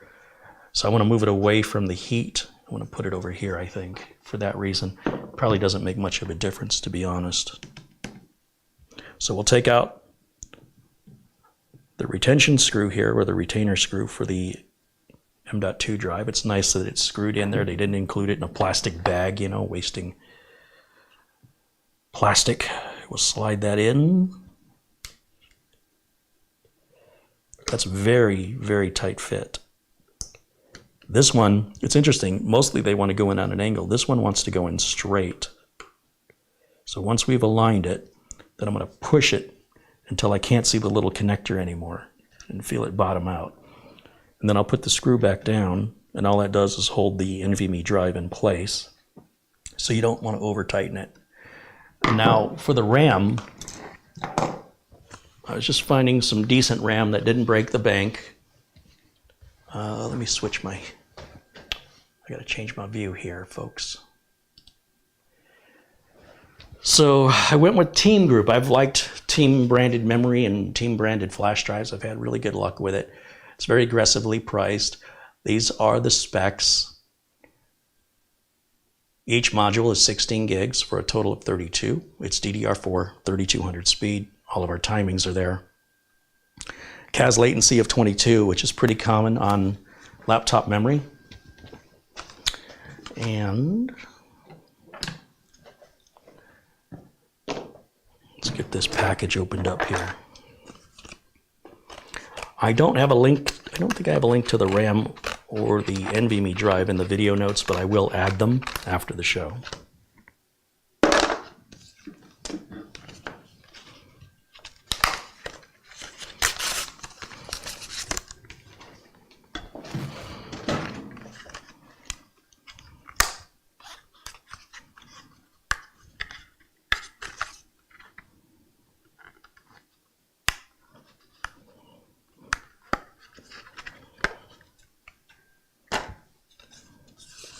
So let's see, we'll take one module. Always bend the plastic container, don't bend the RAM. Sometimes the RAM can be in there really tight. They don't want it bouncing around and shipping and then have something dislodge, like I've seen the chips come off, where the chips actually stick to it when the RAM has heat sinks. This RAM, like most laptop RAM, does not have heat sinks on it. I'm going to lift the little plastic cover up. Leave it on there, don't rip it off. The RAM only goes in one direction. It's going to go in on a bit of an angle. It goes in very loosely and it kind of springboards. I don't know how well you can see that. And we're going to just push down with these two fingers on each corner. We're going to push it down gently and we'll hear it click. Perfect. And now I'm going to do the same thing where the RAMs face each other. So there's our connector. And I need to lift this plastic. And this one's going to go in upside down compared to the other one, right? Because the other one had the label facing up. Yeah. This is done because all the traces from the RAM have to be the same length to the CPU, which means that if we put the same RAM modules in opposite of each other, then they either have to make the traces extra long. Otherwise, the problem is one RAM module will get to the CPU faster, and you'll start getting all kinds of weird errors. So memory timing is super, super tricky. And there is a logical engineering reason why when they decide to put the memory sockets opposite of each other, where one goes in and the other one has to be flipped 180 degrees around the other side, the engineering of it is easier when it comes to laying down the traces to the circuit board so that they both get to their destination at precisely the same nanosecond. It's that critical. Now with a RAM installed and our M.2 NVMe, it's a Samsung 980 2 terabyte, that's all in there now. And I'm just going to see about sliding this cover back on the way they talked about. They said it would go on like this. They said to slide it in this way. Oh yeah, I can feel something locking in up here. And then we're going to push it forward. And then we should be able to just push down. And you'll hear those clips lock into place. And I mean, it holds together pretty good without screws. It's possible the RAM we use isn't compatible or it could be bad. Same with the NVMe drive. But I didn't want to power it up without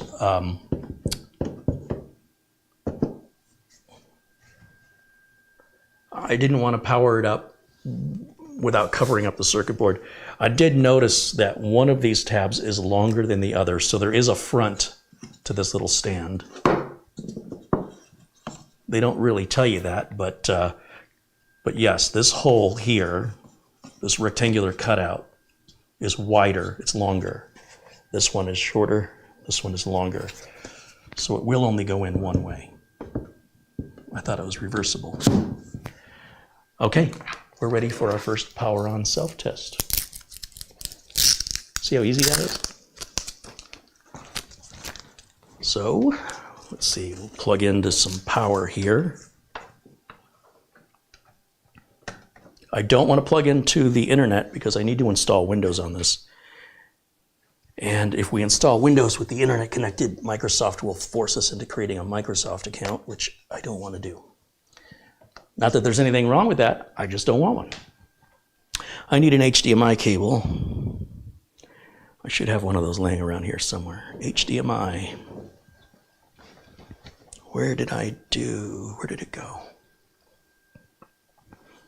I gotta find it.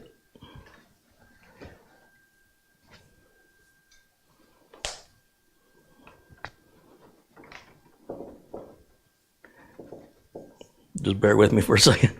I don't know where the end of this cable went. Oh, it's going to the back of the NUC. How ironic is that? I'll tell you what, why don't we just get that out of here? We don't need to see that one right now. And let's plug that in right here. Of course, I do need a keyboard and a mouse. Keyboard and a mouse. Let's grab this keyboard. Let's grab this mouse. This is the Artec keyboard and mouse combo. I left the dongle in the streamer. We're going to plug the dongle in. I'll just plug it into one of these USB ports up front. I don't think there's much to see from the back, so let me turn this around this way. And let's go to my HDMI input, which is right there. And then let's take me and put me in a corner here. Here we go. Oh, first time we're going to power on. I guess I can get a Windows 10 flash drive. I'm going to assume all of this is going to work perfectly. So we'll go ahead and boot from our Windows 10 installation media, which I will plug into a blue USB port right there. This is the front of the unit. We have a turbo button, as I mentioned earlier, and we have a power button right up at the top. Big, big button. Push that. The light is blue. Remember to give ourselves a good 90 seconds on that first boot before we see the post screen. Don't panic at first. There it is, starting.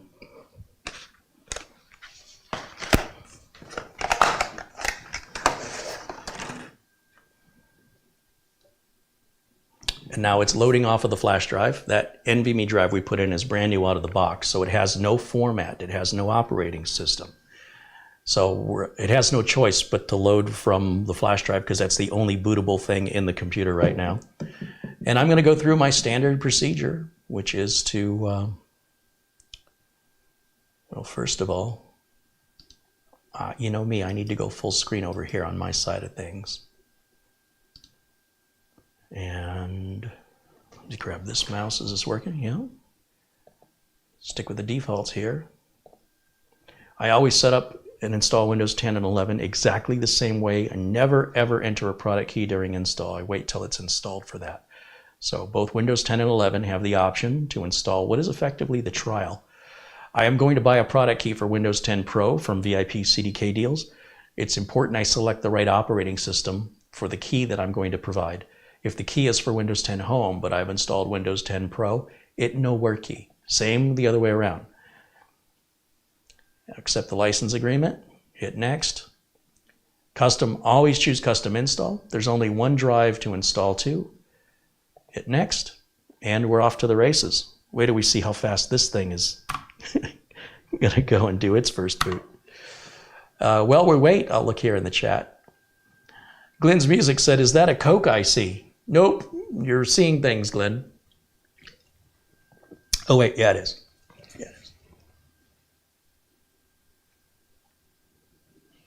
Darren Belmore says, my solid state drive has 93.15 gigabyte of unallocated space. Is this normal? Gigabyte? No, that doesn't sound normal to me. That's a lot of unallocated space. You sure it's gigabyte, not megabytes? Sarge Tech wants to know if anybody here remembers the Radio Shack Minisforum bookshelf speakers. I still have a pair. I use them in my home theater. I put a pair in the back of my 1970 AMC Hornet on the rear deck lid behind the back seat. Hooked it up to my Alpine cassette deck home stereo. Left my windows unrolled and parked in front of the house. Came out one morning and the stereo was ripped out, the speakers were stolen, and there was a beer bottle underneath my back tire. That was nice of somebody to do that right in front of my house. There's our first boot. That's how fast that happened. We're going to have another boot after this. It's going to now start from the internal drive. That's just the way all BIOSes are set up. You notice I didn't go in and make any changes to the BIOS, not even the date or the time.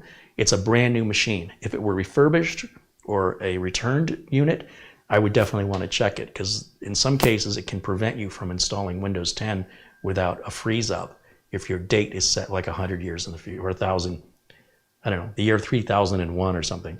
So anyway, most BIOSes won't allow that. Because it's a brand new unit, there should be no reason you have to go into your BIOS on a brand new system. Get it working first. Once you've established it works, then go in and play with the BIOS, because then if it stops working, you know it's something you changed in the BIOS that caused the problem. But on a brand new build, if the first thing you do is jump in that BIOS, how do you know that you haven't created a problem now when you didn't even know if the machine was going to work?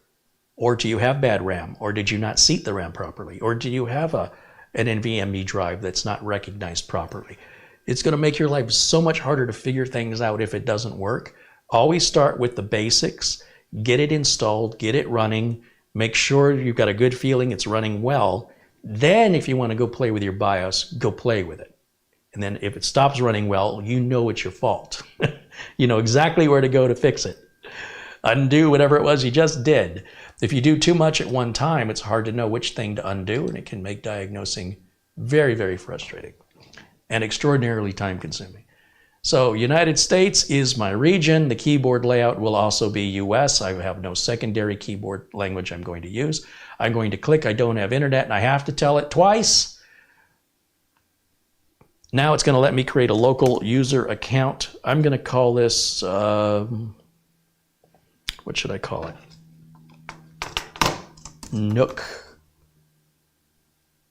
NUCXi7. Yeah. No password for me, just a local account. I turn everything off but location settings. We're going to go ahead and leave location on, so it will be able to set the date and time automatically. If I want to find a restaurant near me, pizza delivery near me, I can type in near me without having to actually type in my zip code, or, you know, the location settings I find very useful. With Cortana, I don't want Cortana. And that's it. We're now finalizing our Windows 10 setup. It's installed that quickly. Once Windows 10 is installed, I'm going to plug the internet into it, and then we're going to go and get updates. I just realized I don't have an internet cable here. I'm using that Asus ET12 router. I'm sort of evaluating it, and it's only giving me 3 ports to plug into.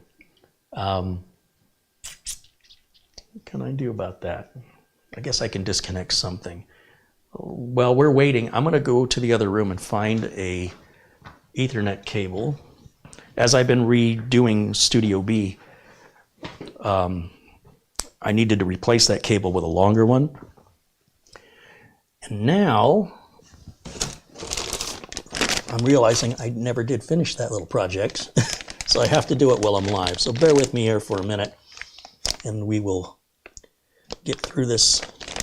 I think what I'll do, this is a really long cable. It's not the thin ones that I like, but it's a little bit thinner than what I'm accustomed to using on Ethernet cables. So that'll do for today. This won't be here permanently. Oh wait, maybe I'm a liar. Hold on a minute. I do have a cable here after all. I thought I took this up. Okay, well, I know the other end of this isn't plugged into the back of the router because the router is very stingy with ports, that ET12.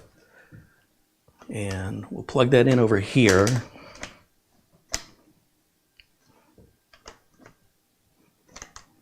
It won't click. Was that my cable?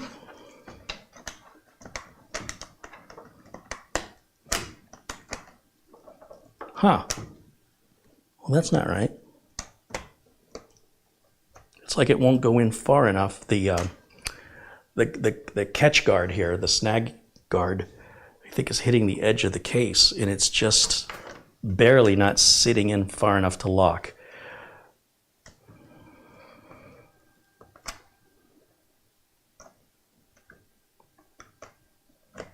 What the heck?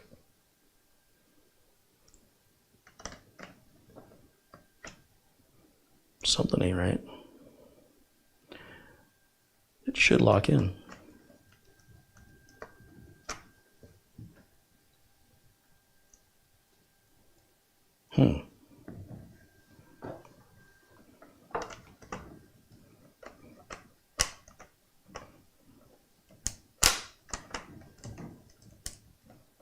Well, I'll tell you what, that's something I'm going to have to look at a little later.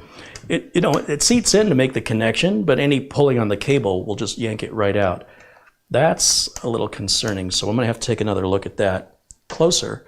But for right now, we need to keep things moving. So let me go make sure that this cable gets plugged into the back of the ET12.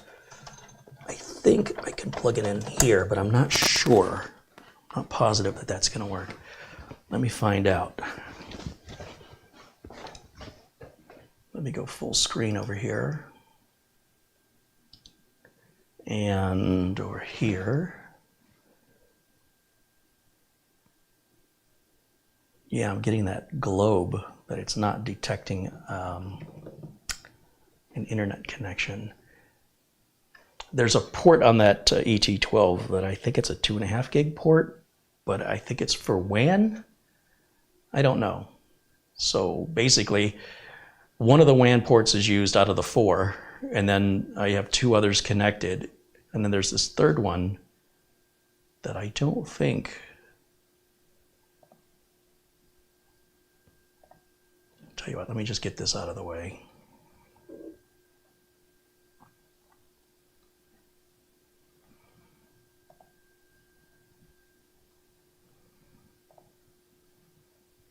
Yeah, so that's what I thought on that ET12. I didn't think I could use that bottom port. Okay, let me just move this cable and unplug something else. Let's see.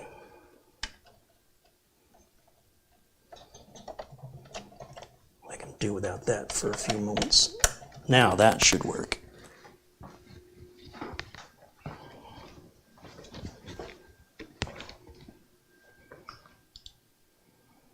Oh, it's not working.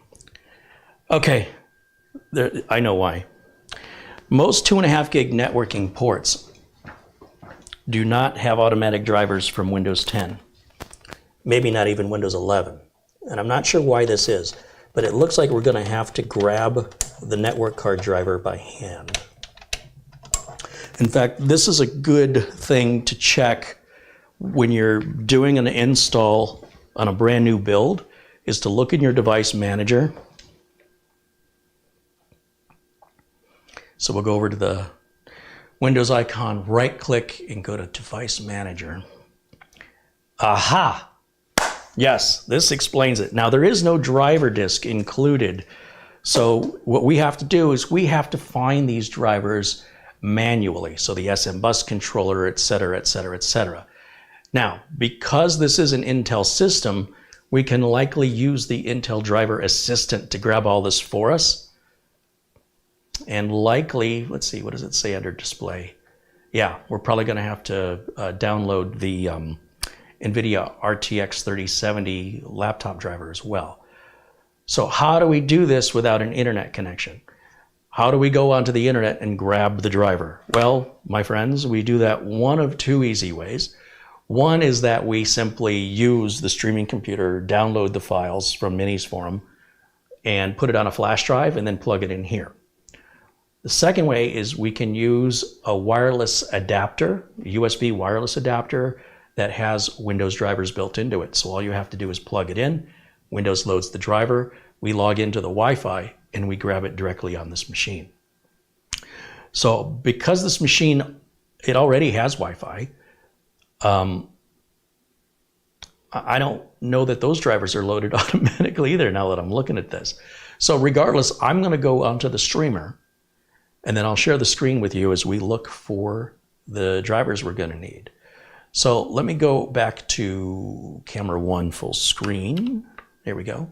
And then I'm going to open a new tab here, and I'm going to type into Google search Minisforum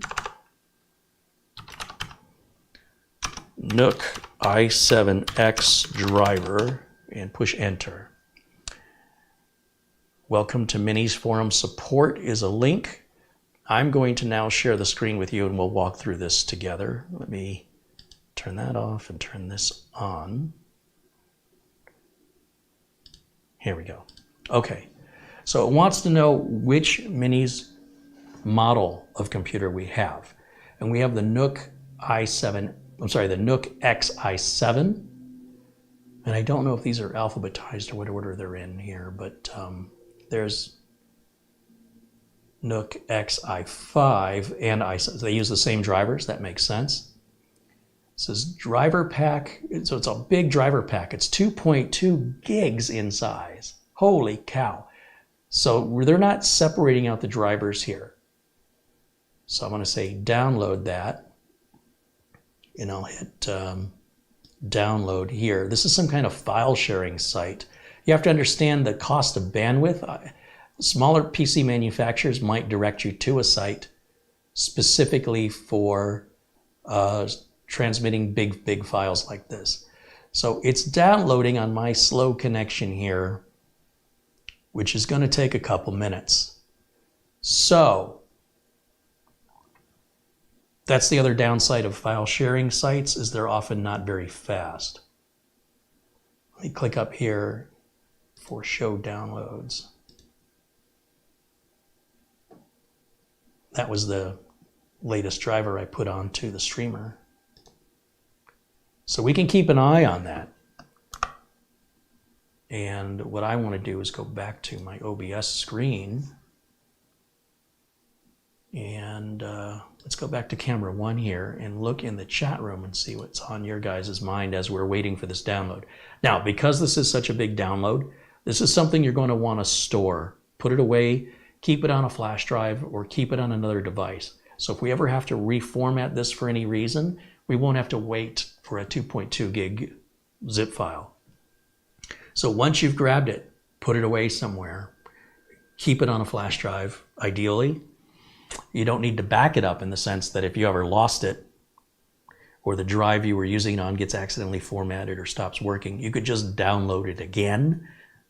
I'm impatient, so I'm going to download it once and I'm going to put that download away in case I ever need it. And likely it's just a matter of time before we're going to, maybe put Windows 11 on it or something. It should carry over the drivers from Windows 10, but what if I did a clean install? Then I'm right back to needing this exact same driver pack. And at 2.2 gigs, and again, it may not be my internet connection, that's the slow part of it. It may be the file sharing site. I don't know for sure, but that's how some smaller manufacturers get around having to pay for all that bandwidth. So it's not uncommon. The smaller the manufacturer, the more likely that is.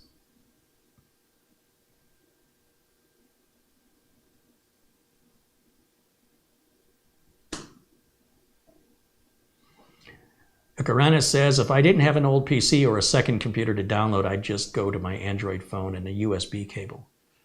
I mean, if you've got 2.2 gigs of storage on your phone openly that you can save the file on, sure. Adam says it's an RAR file. I'll need 7-zip or something to open it. Oh, I think last time I downloaded from them, it was a zip file, but it's a good point. 7-zip is a free open source application, and we can just use 7-zip. I like to have that installed on my personal computers anyway. Doman says, does it have the Wi-Fi driver? It wouldn't matter if it does, because I don't want to connect to the Wi-Fi here live on camera. Carlos says, the 3 screws on your bench are killing me. Well, Carlos, we want to make sure that the computer is working correctly. We don't know for sure. We're off to a good start. We've got Windows installed correctly. We want to make sure that we get these drivers put in. We want to make sure everything works as it's supposed to. The worst thing I see people do is put everything back together without properly testing it, and they have to turn around and take it all back apart again. It's not an efficient way to work as a professional, and I don't have the patience. So we wait, and we will put the last screws in once we have confidence we don't need to open the machine back up. Now, I'm not always consistent with that. Sometimes I'm in a cocky mood, and I'm like, I'm going to put this all back together. But rarely does that benefit me. Because if there's some minor little thing, I got to take it all back apart again, and it's more opportunity to strip out the screws or strip out the head of the screw. It's just not an efficient way to work. So there is a madness to my method. I know it's method to my madness. I was really emphasizing the madness. Hugh says with WinRAR, you have to pay for a key after the trial. I haven't used WinRAR for that very reason in probably 10 years. I'm a 7-zip guy all the way. I also like, very similar to WinRAR, I can right-click on the RAR file. Once WinZip is installed, it becomes a menu item in my right context menu. And one of the options when I right-click that appears in my right context menu is extract with 7-zip. And then you can, and then a sub is extracted here or extracted in a folder under the same file name. I am so used to that, it's like second nature to me.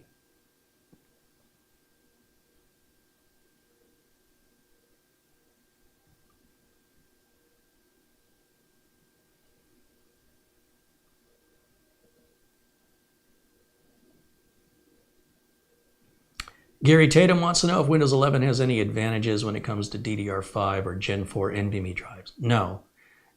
Windows 11 advantage would be on a Generation 12 or 13, well, Generation 12 or later Intel chip with regards to optimizing the performance cores and economy cores. Other than that, no, there's no difference with RAM. There's no difference with storage.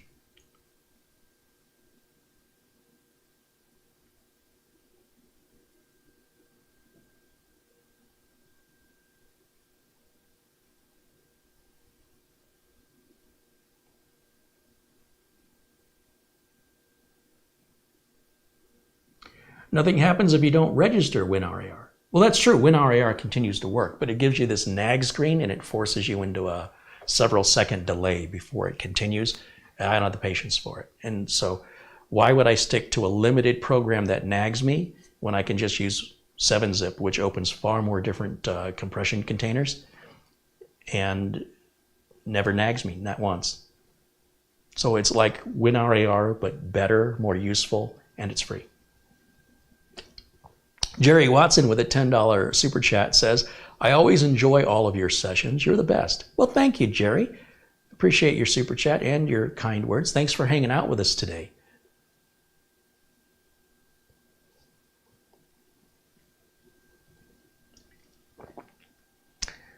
David in the chat says, my Samsung 980 Pro 2 terabyte drive shows 186.3 gigs of unallocated space when looking in disk management. That's an awful lot of unallocated space. We'll take a look at what this one does once we get our drivers installed.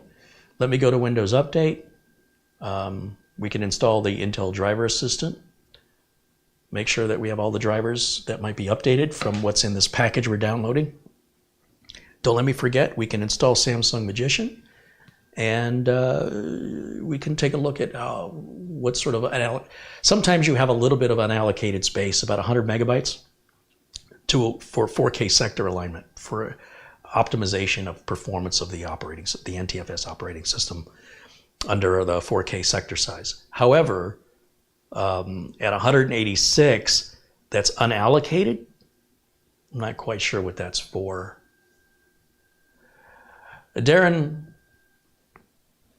Dwayne in the chat says, options in Samsung Magician can allocate up to 10% for over provisioning, and it will show up as unallocated space. Now, removing over provisioning will return the space. Okay, that is true, but the default over provisioning, to the best of my knowledge, is hidden from the user. It's only if you extend, if you want more over provisioning, that you see it, if I'm not mistaken. I don't mess with any of that stuff. I don't second guess the engineers and think I can outsmart them, because that's just fooling myself. It's never going to work out well for you. It might initially work out well for you, but over time it'll probably come back in some way. But 186 gigabytes of unallocated space is a lot. You shouldn't need that much over provisioning space. Corey says WinRAR is adware, saying to pay us to unlock more features, and you can get the same or more features with 7-zip. Yeah, exactly. Great name, by the way, Corey. Let's see. Dwayne says, Carrie, I fixed the unallocated space. Okay. I'm assuming you overrode the default allocation at some point and forgot you did that. Let me know what you did. Okay, let me see how my download's doing. Let's check on it.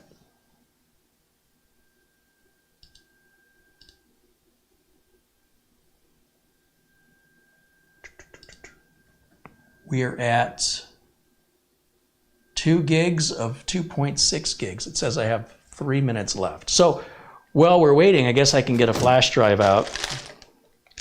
Let's see. Should have a spare flash drive in here somewhere. I don't need one. That's a terabyte. It'll work.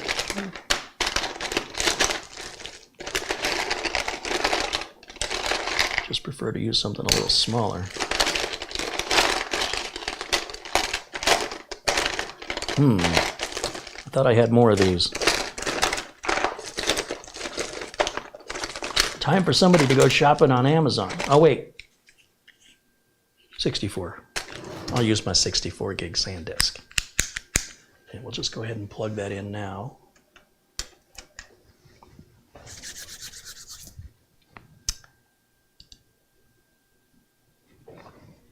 Two minutes left to go.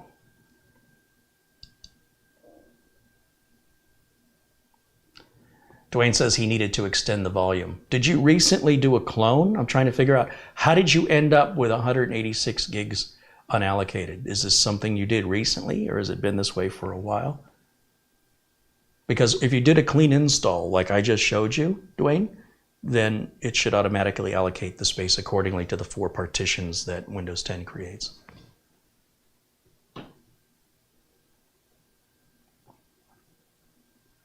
Dwayne says, Samsung Magician says it's to perform better and last longer. Well, it's already reserved. There's already reserved over provisioning set by default. And that's the way I would leave it. For that very reason. To extend the over provisioning to more space is just limiting your, it's like you just bought a 2 terabyte drive and you just took 1/10 of it and said, take that away from me and never ever use it. It doesn't make any sense. So yes, I would leave the over provisioning at default, which again, Samsung is assuming most end users are going to plug the drive in and just start using it. Trying to outsmart it, trying to get into all these bells, whistles, and features of the Magician software, in some cases could end up basically making everything worse for you. So when they say things are good for you, like this is good for performance or this is good for your health, you still have to exercise moderation because you will reach a point of diminishing returns. So it is true that it benefits the life and the performance of the drive until it doesn't. Once you reach a certain amount of provisioning, it's all just wasted space that you've needlessly set. So if you leave everything the way the engineers designed it, you will get the best performance and you will get the best life out of the drive, assuming you're using the drive normally. A lot of people, they'll see something online, they will modify it because they saw some content creator recommended it for better gaming performance, and it does actually improve it. But then a few months go by, you forget you've done it, and suddenly now you run out of space much sooner than you thought, or you run into an issue with some other application, And now you're crying for help when it was something you did to yourself. So if you just leave things at their defaults, they're already set for optimization. They're already set for longevity.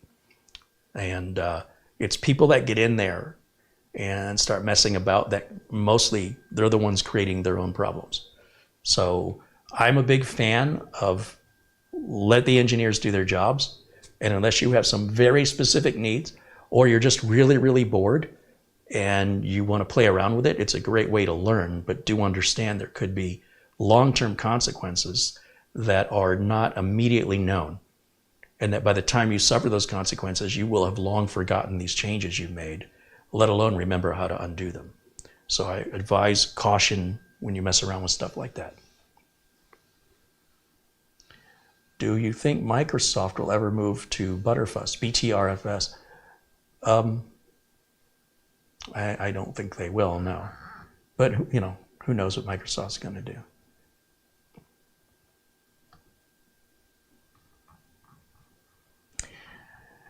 Sean Bolland in the chat room says, the mad scientist is at it again. Hey, Carrie from Chicago, the weather's been bitterly cold here. Hope you and yours had a wonderful Christmas. I won an 8 terabyte hard drive in a raffle last week. Right on. Well, I hope you're using it for backups. Corey says NTFS is Microsoft's bread and butter. Agreed. It's certainly the key component to all their operating systems. Darren says, Carrie, I had 93.15 gig of unallocated space and fixed it by extending the volume.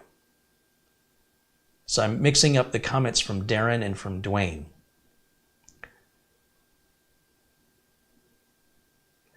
Dwayne said it was selected by selecting power saving mode. I don't know if this is the default. We'll have to look at it when you set up the new PC. Yeah, let's take a look at it. Albert wants to know if there's any Windows 12 thoughts. Right now, only in your imagination. Until Microsoft makes any official announcement, no such operating system officially is being developed. That's all we know for a fact. Everything else is rumor. It's like gossip.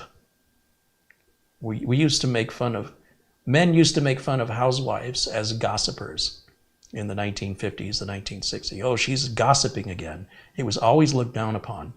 And now we have a whole cultural sense in our society of gossip no longer being looked down on anymore as sort of a nonsense. Now it's propagated and shared around the internet. And it makes it so hard to find what the facts are when it's so much false information based on nothing but somebody's imagination. So, while there may be a Windows 12, well, there will be eventually, but whether or not one's in the works, that's what the rumor is. But obviously, if Microsoft were working on a Windows 12, they wouldn't tell you because they'd effectively be admitting that Windows 11 isn't very good or it isn't selling very well. And they would be telling you, by saying that they are working on Windows 12, they're basically telling you not to buy Windows 11, to just wait. So it doesn't make any sense for Microsoft to admit it if it were true. And I don't put any weight into rumors.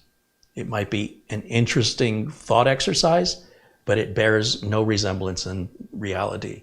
We have to, if we're going to make plans for the future, then we have to reasonably have proper expectations on what we're planning for. There's no sense planning for something that doesn't exist under the idea that it will. Because even if it does turn out to be a true event from a rumor, we still don't know what that means. We don't know what is the difference to justify other than the name change. So don't want to give much credence to rumor. You will find no official source of information from Microsoft stating that there is a Windows 12. You will find reputable publications perhaps talking about the rumors they're reading in places like Reddit. But honestly, anybody can type anything in Reddit. I don't know why you would give that any merit. Sometimes the reputable PC sources, PC sites rather, have a reputable source that might lean them more towards discussing the rumor, given who the rumor came from. But nonetheless, at this point, no such thing exists or is in development officially, and there's no sense planning on it. There's no way we can have any thoughts on it because we don't even know if it does exist, what is it? What's it going to do or offer us differently? What are its requirements going to be? It's impossible to have an opinion on something that's based solely in your imagination. Okay, so let me go back now. I should have a download completed. And yeah, I'm going to click Show in Folder. It is an RAR file. Do I have 7-zip installed on here? I do. I have 7-zip installed on the streamer. So I'm going to extract everything into a folder of the same name as the file. That was quick. That was super fast. And now I'm going to take that folder. I'm going to right-click and choose Copy. I'm going to select the flash drive I just plugged in, which should be completely empty. It is.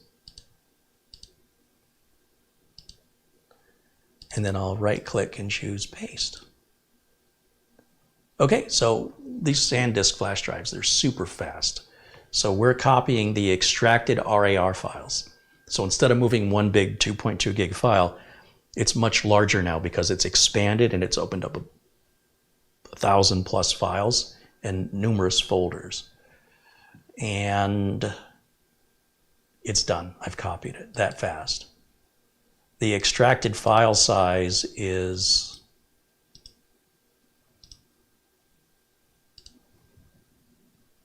2.65 gigs, so it didn't compress it very much, with 27 files and 17 folders. It wasn't 1,000. It's far from 1,000, Carrie. 27 files, 17 folders. Okay, so we've got that now on our flash drive.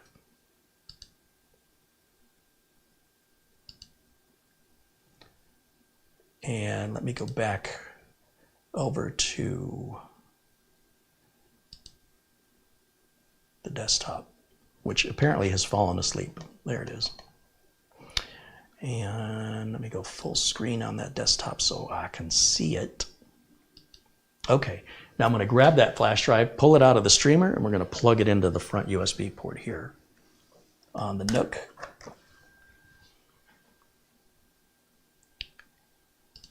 And like I said, I'm definitely going to want to keep a copy of these drivers anytime I need to reinstall the NUC so I don't have to wait for the download again. And then we're going to go over to, we'll go to the yellow folder here. Oh, wrong mouse, Carrie. I got to go to the right mouse. Okay, yellow folder, USB drive. Let's copy this. And you know what? For now, I'll just put it on the desktop. Guess I could have just dragged it out. Again, I'm loving these SanDisk flash drives. They're so fast. Look at that thing moving. 2.6 gigs in just a matter of about 10 seconds. Very good. All right. Now, we can go through and run all the setups on here if you want to go through each individual item. If you want to do that, you can. I believe we'd have to run through each folder's setup routine manually. Let's see, under, I want to see the file extensions. That's a Bluetooth driver. That's the Wi-Fi driver, Thunderbolt. Okay, so here's what I do. I'm going to right-click on the Start menu, and I'm going to go to the Device Manager. And I'm going to look for these items that have the exclamation points here. And I'll right-click on it. I'll choose Update Driver, browse my computer, hit the Browse button, go to the desktop. Where's my desktop? Right here, desktop. Go to this the NUC folder here that I've created and click OK. So it should search the entire folder and subfolders. Let me check it one more time. Browse my computer. Include subfolders, yes. Hit next. Oh, well, that's a surprise. Let's go to the next one. Update driver.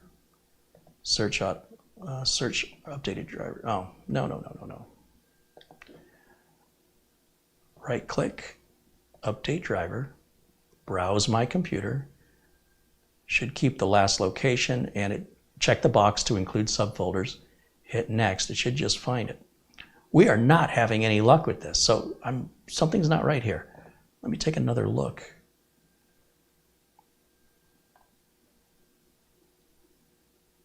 So this is the Intel LAN driver right here.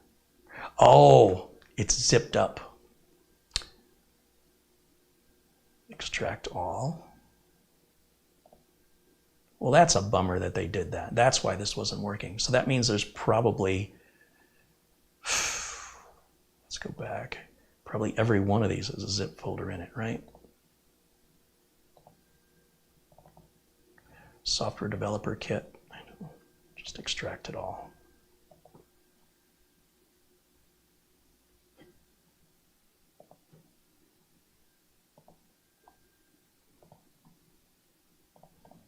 Audio driver, yeah, still zipped up for some reason. So they compressed the files and then compressed all the compressed files into a compressed file. Sometimes that ends up creating a bigger file size when you do double compression like that. And it certainly means you've got to be more technically minded to know how to use this download. So that's the chipset driver from Intel, and that will likely take care of a lot of our issues. I'm just going to run this, see what happens. Let's close the device manager, agree to the license agreement, install, and we likely need to reboot after this. Ooh, there's some video driver changes happening there. And restart. Give that a minute. Well, we got some lessons today, don't we? So it's rebooting right now. The no signal means that the computer's not sending a video signal out. And that's, of course, meaning the computer's off or restarting. Mortant said over-provisioning is not set automatically on a desktop. It's my understanding that you don't have a choice. That's inherent into the controller of the NVMe drive, so the manufacturer doesn't get bombarded with support requests. So unless that's changed, that's the way it's always been set up, to the best of my knowledge. I don't think you can run the drive without over-provisioning it. Like I said, I think it's in the controller. We'd have to probably look for a source from Samsung on that to identify that officially. But a lot of companies like AData or Team may not have software to download for that. And it's all built into the controller with other manufacturers. I think Samsung's doing the same thing. Okay, let me go back and take another look at our device manager again and see where we're at with that. I'm sure we took care of some of those items. Right click, device manager.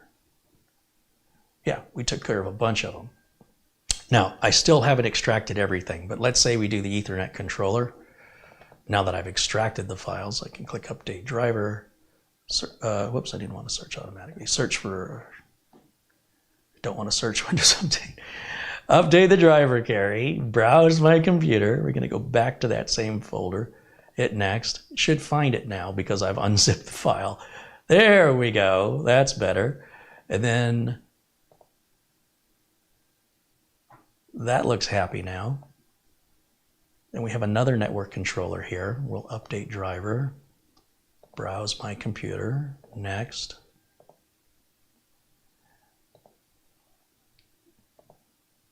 So I still have to unzip the other files, but I'm just kind of seeing what I can get away with right now.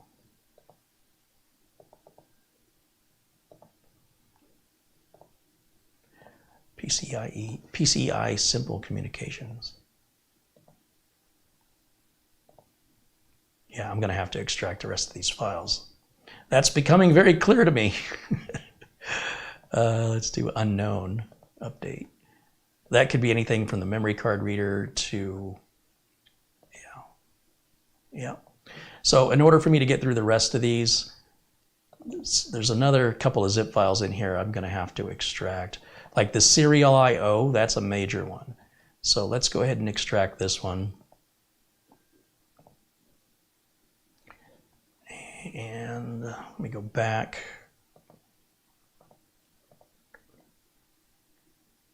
Oh, the Thunderbolt one probably. Now, I could run the setup in these as well. I should be able to. It gets a little trickier with Windows 7. So I'm trying to show a way that's sort of universal.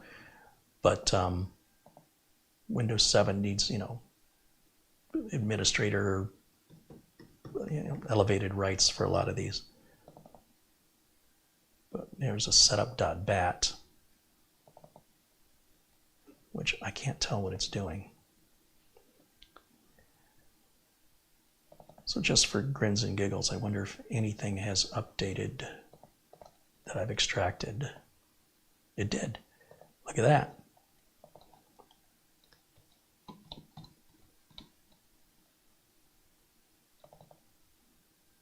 Update. Browse. Next. So there's still something zipped up in there I have to get through. What is this? Network controller. Update. Browse.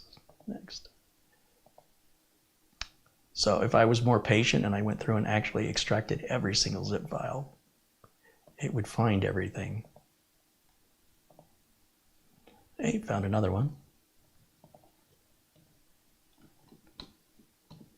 We're getting there.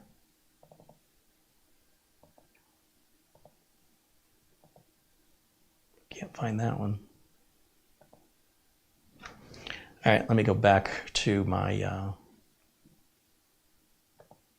folder here. NVIDIA VGA driver. Now these we should be able to just download direct from NVIDIA. That's the control panel, and then that's their international WHQL, the Windows Hardware Quality Labs approved driver. And we can use it for now.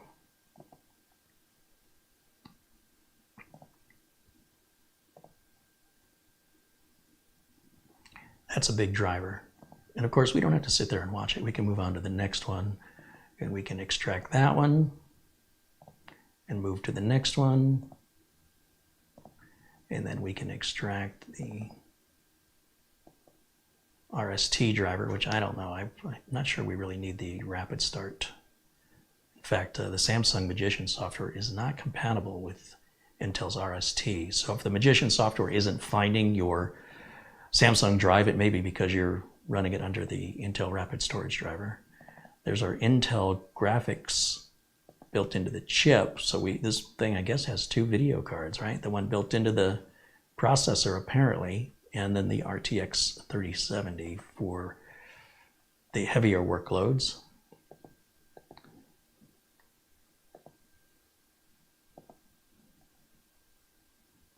The Intel LAN, we already extracted. GNA, I don't know what that is.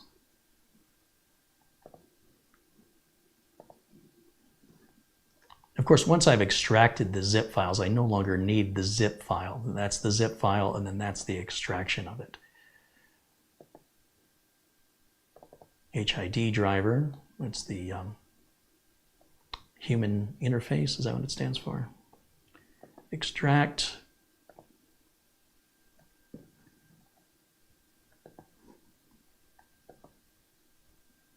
So the chipset we did, I think we did the card reader. Now, it should find everything. I think I've got everything extracted. Browse, search the subfolders.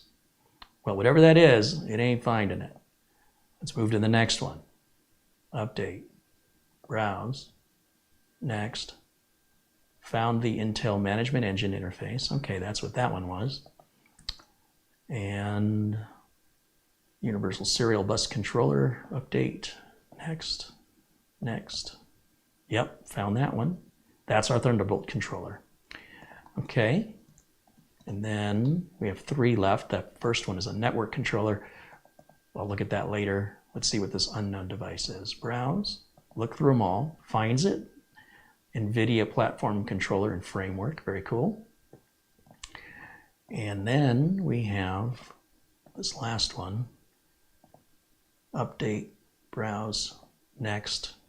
That's our Intel HID event filter. And all it's leaving us now is whatever this network controller is for. Now, why it's not finding that one is a bit of a puzzle.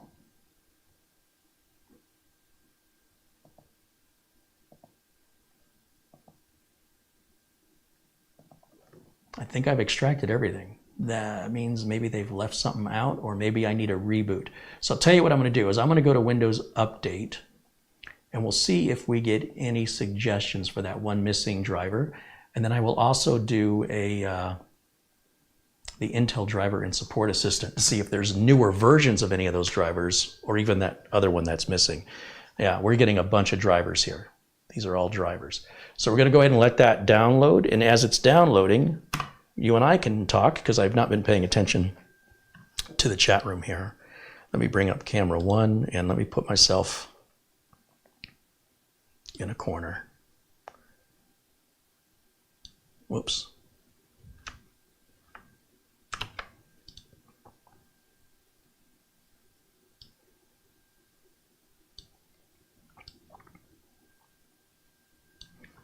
Okay, looking in the chat now.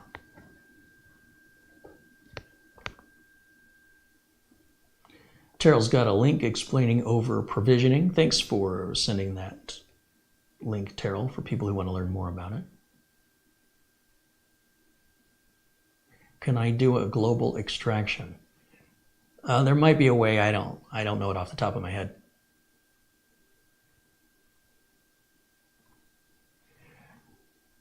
Jan says, with Samsung Magician, you can turn the over-provisioning on or off. I'm pretty sure there is some over-provisioning that cannot be disabled. I'm pretty sure.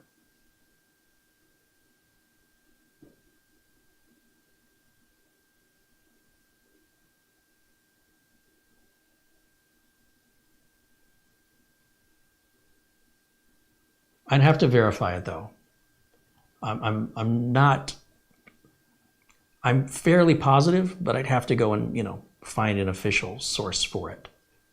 And things may have changed, but like I said, there's my understanding that over-provisioning cannot be disabled, but that Samsung gives you the option of extending it or resizing additional over-provisioning.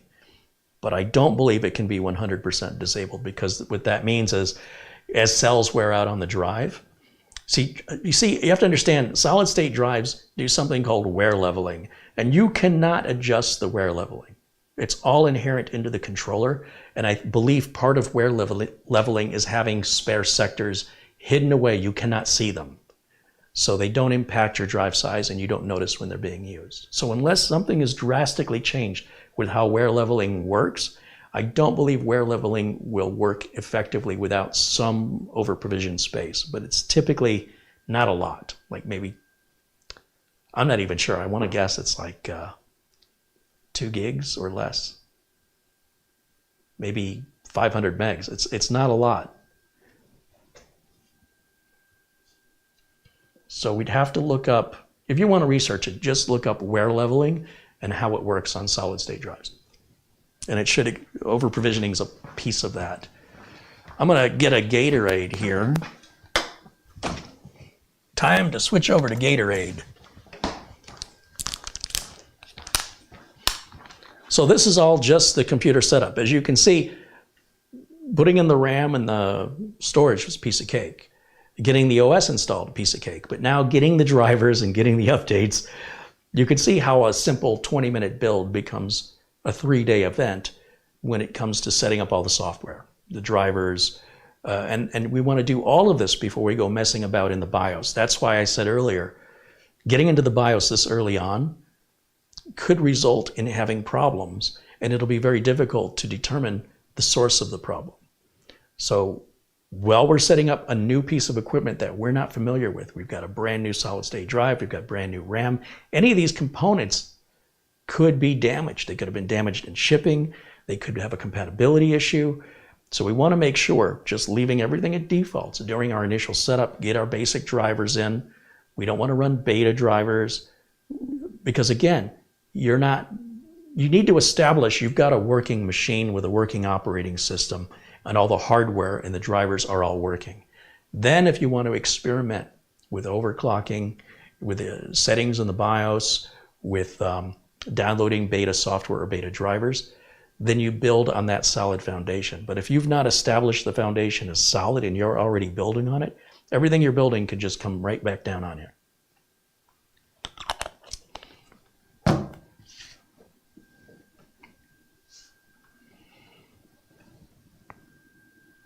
There's a link someone's posted here for wear leveling from Micron. So Micron is an SSD manufacturer. That'll be I don't know what this article says, but that would be an article I trust.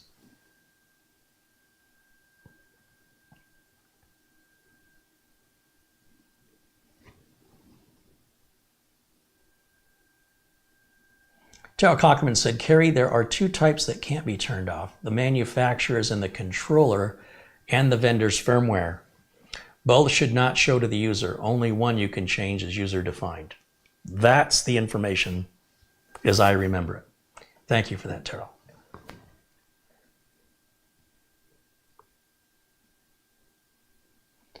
Well, it looks like it just downloaded a video driver from Windows Update. I can clearly expect we're going to have to do a reboot for all these updates to take effect. This machine is whisper quiet. I can't even tell that it's on. The power light is super tiny, just a little blue light. It's not very bright, so it's not going to light up your whole room or blind you if it's at your eye level at a desk. It's very subtle.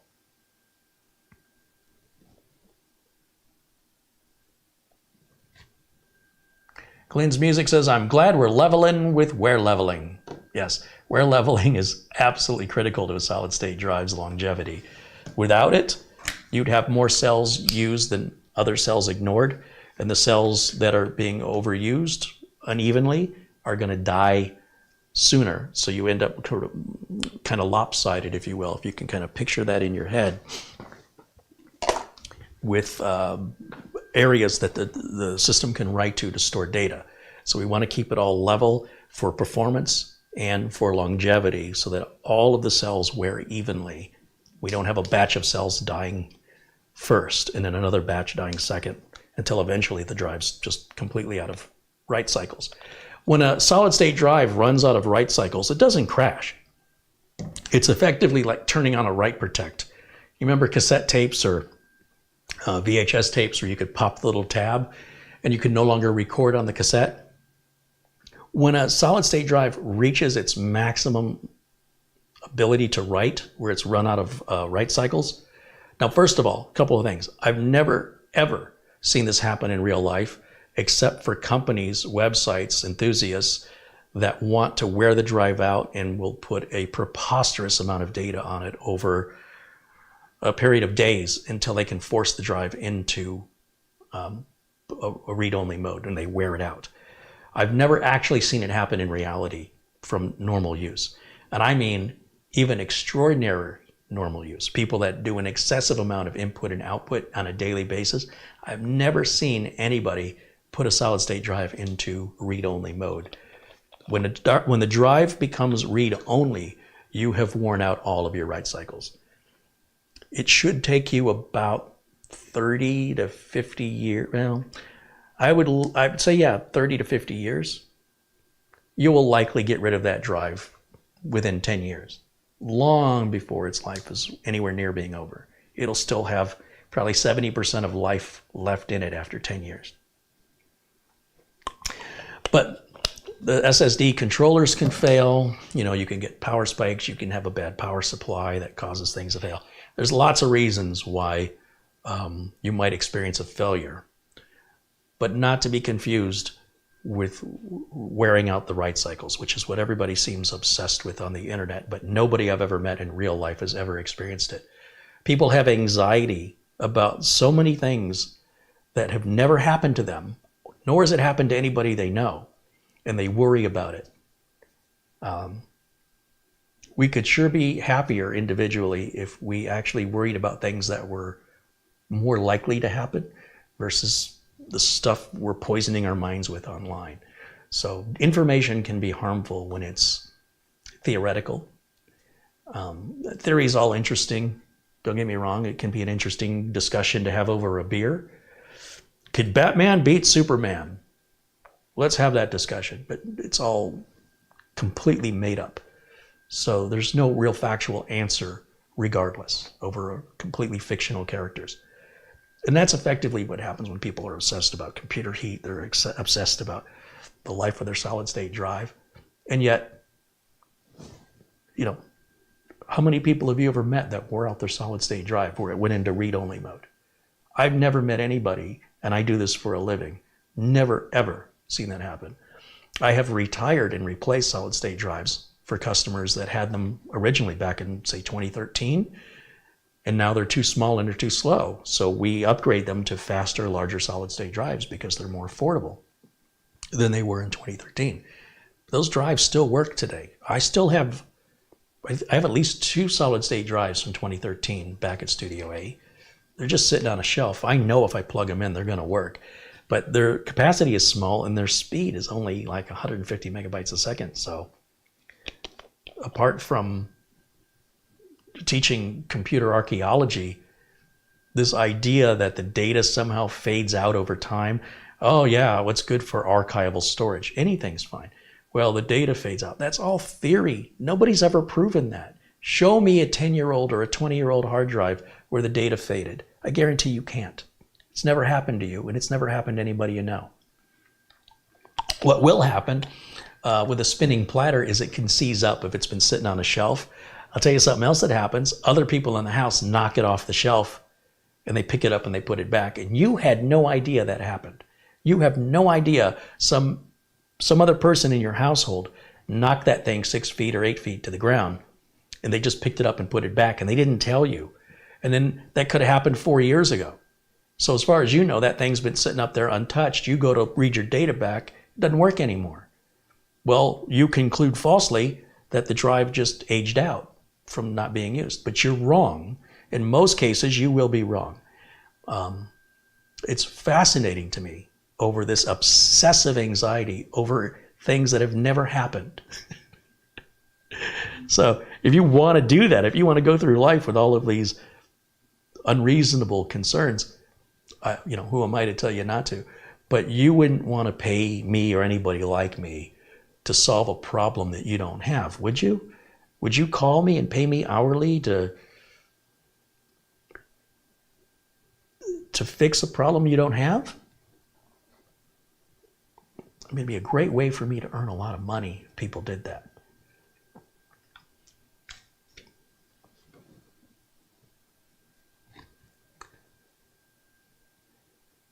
How are we doing over here? Is this done yet?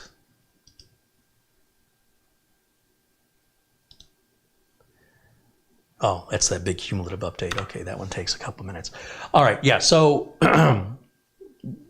I'm a business, I'm a computer technician. I run a business. People don't hire me and pay me for imaginary theoretical problems. I would like for you to have some peace of mind and relax a little bit. We're not running experimental equipment in an MIT lab. This is consumer grade equipment. This stuff can take a pretty good beating, and you will likely replace it because it's too small or it's too slow, long before it ever fails. However, there's a lot of other reasons why people lose data.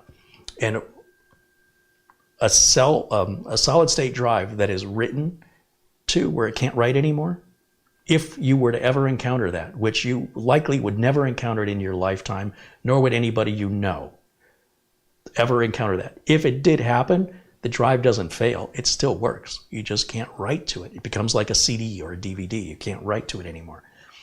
So, one, when have you ever seen that in your real life? When has anybody you've ever known personally done that? Two, there's a lot of ways people lose their data, from ransomware to people accidentally delete or accidentally format the wrong drive all the time. So having a backup of your data negates any of this anxiety. So even if you still have the unreasonable anxiety about something that's never happened to you or anybody you know, and you're protecting yourself, you're saying, I'm going to make sure that's never going to happen. It doesn't matter. As long as you have a backup, another copy of your important stuff, who cares? You got other things you could be worried about that are real rather than this theoretical stuff. We can't go through life making ourselves immune from failures. The people who prepare end up failing on the thing they didn't prepare for. You can't prepare for everything. And furthermore, if you never had a reason to do it other than your mind, then there's no really knowing that what you did was actually beneficial to you.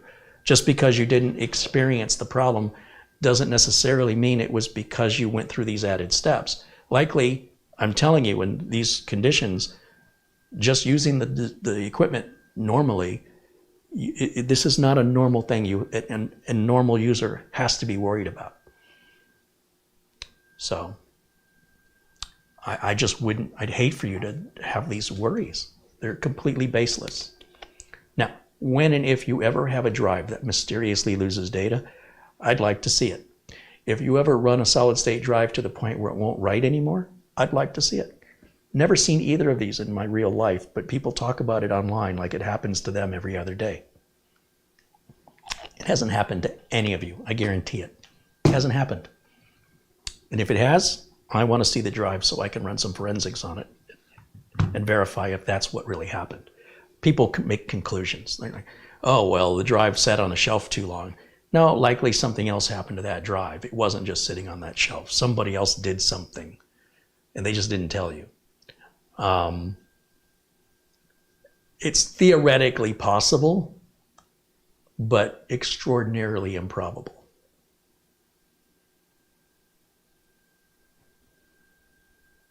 Okay, I think we're ready to reboot now.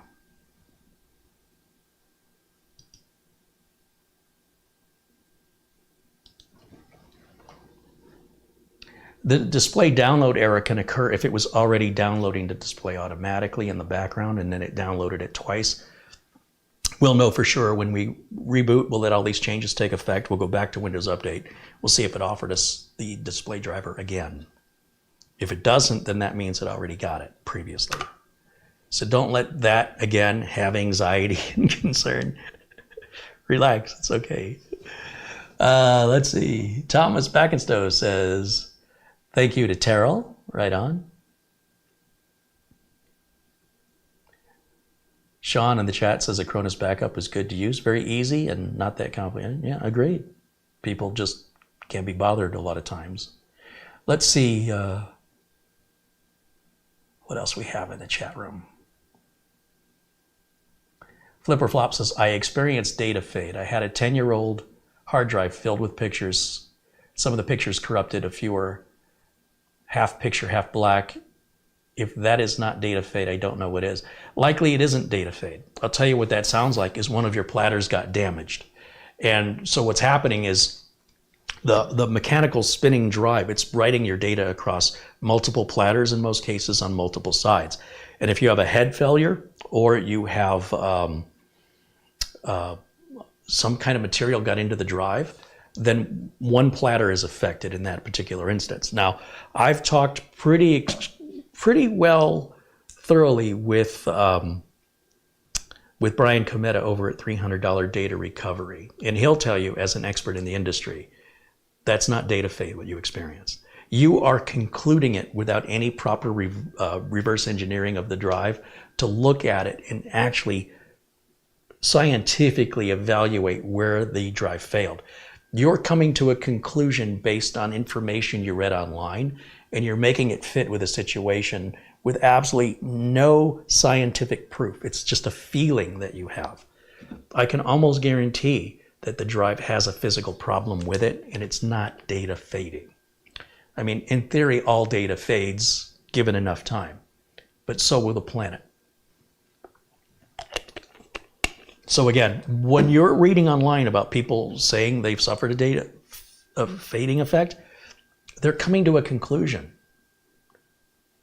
I would love to see a drive forensically examined by a professional, and they can identify exactly why the drive failed.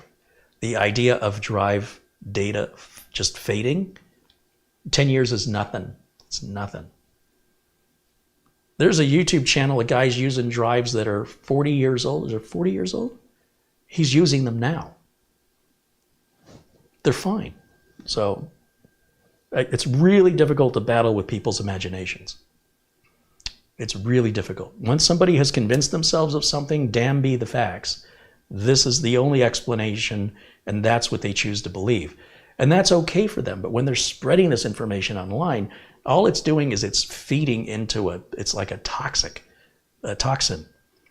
I'm interested in facts. That's what I want to know. I want to know exactly what caused that drive to fail and why. Simply saying data fade, even if that were the reason, I want to know why the data faded on that drive. When I have drives that are older than 10 years old, I'm sure I've got some laying around. I think I still have a 40 megabyte external drive back at Studio A. I promise you I can plug that in, and all the data that's on it is still on it. I've got an original 1 gigabyte SanDisk USB flash drive. It was the first 1 gigabyte flash drive that was offered under $100. It still works perfectly today. I'll bring it in, I'll show it to you. I can bring in that 40 meg external drive. It's got to be 25, 30 years old. It works just fine. The data that's on it is still on it. The format is still on there. All the sectors are in place. So why is it you had data fade and I didn't?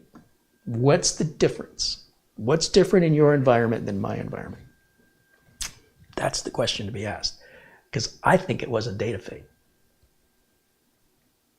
All right. Raj D says hello.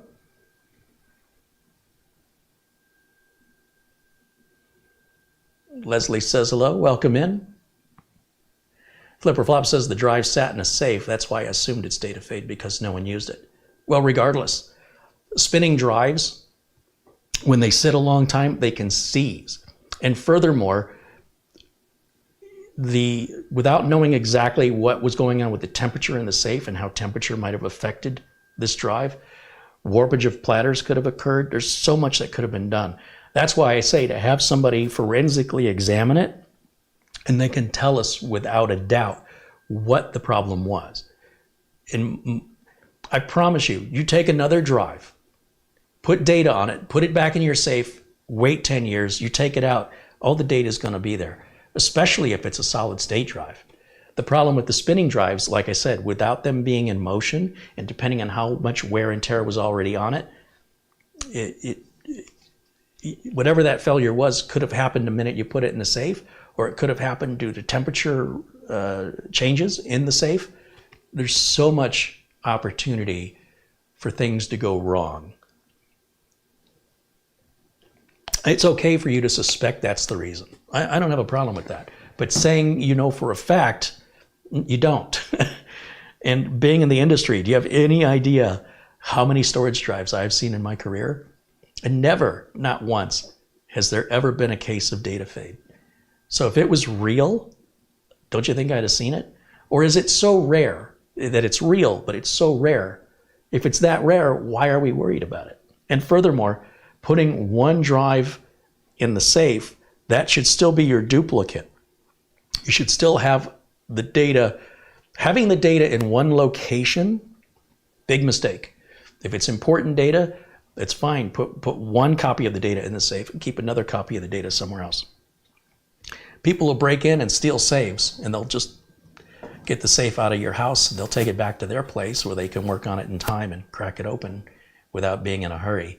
So just more food for thought, man.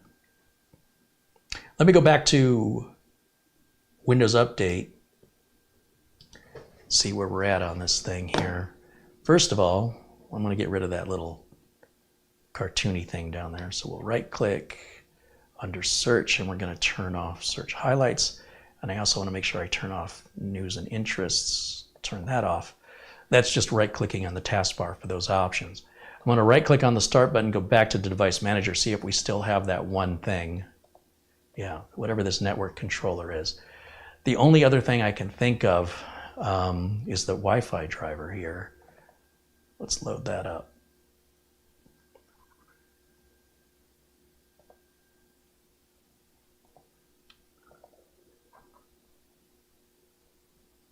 Oh, it's an Intel Wi-Fi card. That's nice.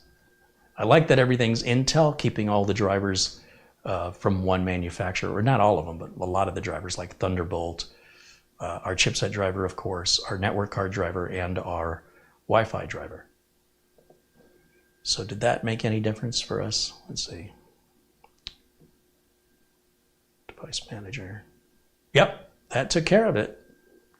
All right, so we've got everything correct now. Well, let's go back to Windows Update again. Here we go. Driver updates. Bluetooth. All right, we'll take it. Why not? These are usually pretty quick. Yep. Yep. Check for updates again, and hopefully it'll say we're up to date. Oh, still got a couple more. Let's see, these are antivirus updates for Windows Defender. That's all good. And that should be the end of those. So then, my utilities flash drive has the Samsung Magician software on it.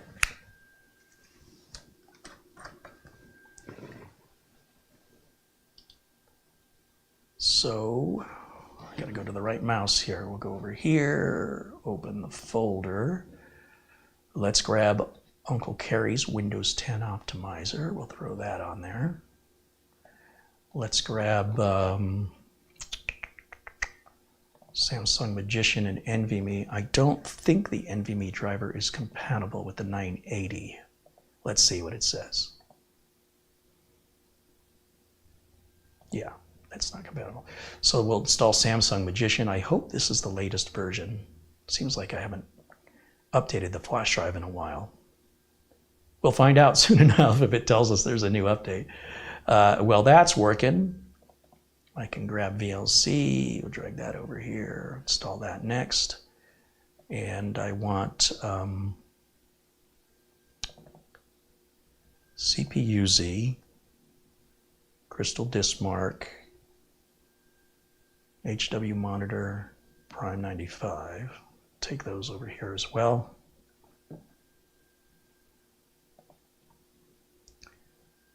Check for updates one more time, make sure that that's happy, and while that's working, we'll install the Magician.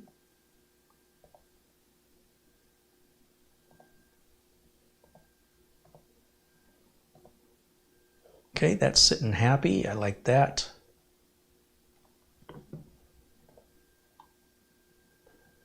So I'm probably covering up part of the screen with my camera, aren't I? Yep.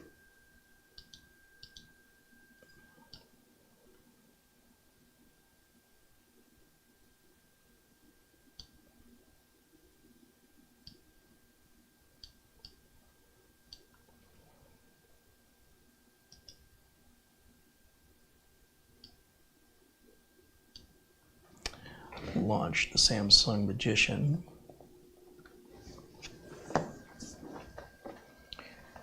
There is an update. You see this capital N right here? And it's a firmware update. So here I get to show you how to update the firmware on a Samsung 980 Pro.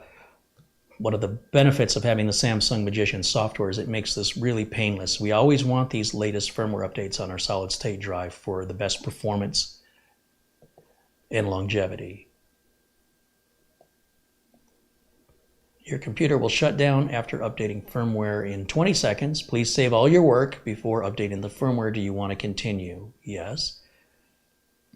And this happens pretty quickly. You'll see here, firmware update is in progress, and it will shut down in 20 seconds. We don't have to wait. We can just tell it shut down now. When it updates the firmware on a flash drive, your computer's BIOS thinks you've just installed a brand new solid state drive. So when we turn the computer on again, which I'm going to do right now, there may be a little pop-up that says that a new drive has been detected, or it'll happen so fast you don't see it. But effectively, when you change the firmware, the computer thinks you've changed the drive. Now, in theory, this should not break any of your activations, but this is another reason why I will wait before I activate Windows or any software until I make sure that everything is installed, all the latest drivers for the video, for everything, and that everything is working. Then and only then will I put my activations on. So here's VLC. We can throw VLC on here. This replaces the Microsoft's media player, movies and TV player and music player, which I will uninstall just because I won't use them and they're just taking up space. So I'll take those out and I'll use VLC in their place. Once again, looking back at Samsung Magician, we can make sure there's no more updates. If we come down here, that's the Samsung Magician icon there. We no longer have that capital N down here. Performance benchmark, let's start it in Samsung Magician and see what kind of numbers we're pulling from this drive. And we don't want to use the computer for anything else when we're doing this. Otherwise, it's using the drive. Well, we're trying to performance test it, so we're not going to get true performance numbers if we don't have sole ownership of the drive, at least as far as processes go. So here, we should get some numbers soon. Here we go.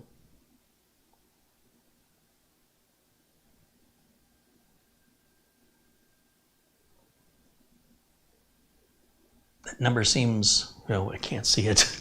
I gotta move up to the screen. Is that a 3 or a 5? 3508. Looks like it's in generation. It looks like it's in Gen 3 mode. I'll show you how to check that here in a minute. We'll let it finish the tests. Again, I don't look for a specific number with the benchmarks. What I'm looking for is to make sure the drive is within the range of where it should be with reading and writing based on that model of drive.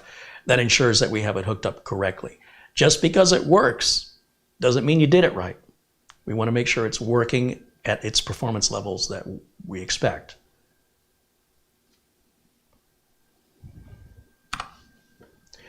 Shamim Kashivars has contributed 50 Swedish krona. He says, hello, Carrie. I've been busy a lot with work, but I always watch all your videos. I hope you enjoy Christmas, and I wish you a Happy New Year. Well, thank you, Shamim. Thank you for your continued generosity here to the channel. And yeah, I hope you had a wonderful holiday as well, and I hope you have a great New Year.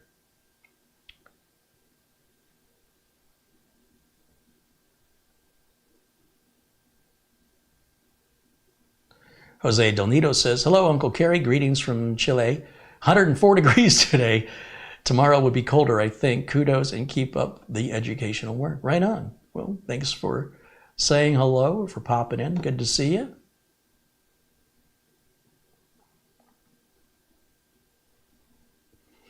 Star Journeying said, I once had a hard drive in my laptop that had an area, 25% area that could not be defragged.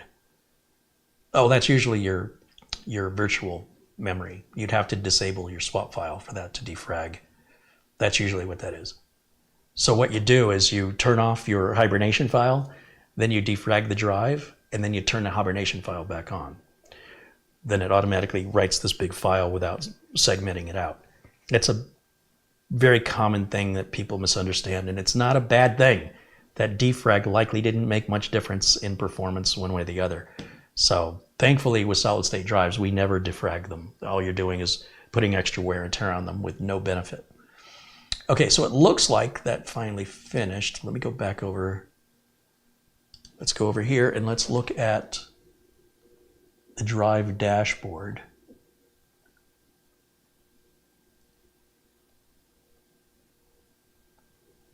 Drive health. Drive details is what I want. The interface is PCI Gen 3 by 4. I want Gen 4 by 4. So you see why I didn't put the screws back in? I suspect that if I use the other M.2 slot on this, that the other one is Gen 4.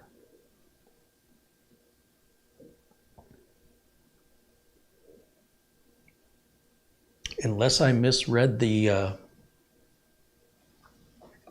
specifications, I swear it said Gen 4 on it. We want this to say Gen 4 by 4. So there's a reason to open it back up and move it just to see. So like I said, just because it's working doesn't mean we hooked it up to work optimally. Let me run my optimizer on here. This is pretty quick.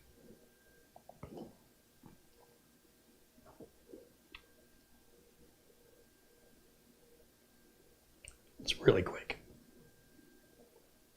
And we'll reboot it. Okay.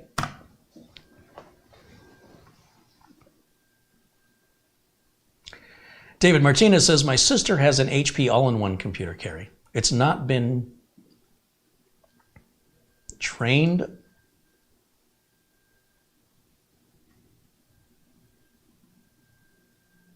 on in 7 years. Would it be salvageable? I don't know what you mean, not been trained on? What does that mean? Bill Sony says, I've never heard of data fade. It's mostly just people theorizing. It's something, they lose their data, they can't imagine why, and so they just come up with an excuse that sounds believable, and they convince themselves that that's what it is, or what it was. And this propagates across Reddit and other forums, and suddenly now people are worried about it. So strange cultural phenomenons occur on the internet. They've always had this in society. I mean, we've had people telling you, when I was growing up, if you swallowed chewing gum, that it would sit in your stomach for 7 years. And I knew that as a kid. I'm like, well, that means I could eat enough chewing gum that it would fill my belly and I wouldn't have to eat anymore. There wouldn't be any room in my belly. That can't possibly be right.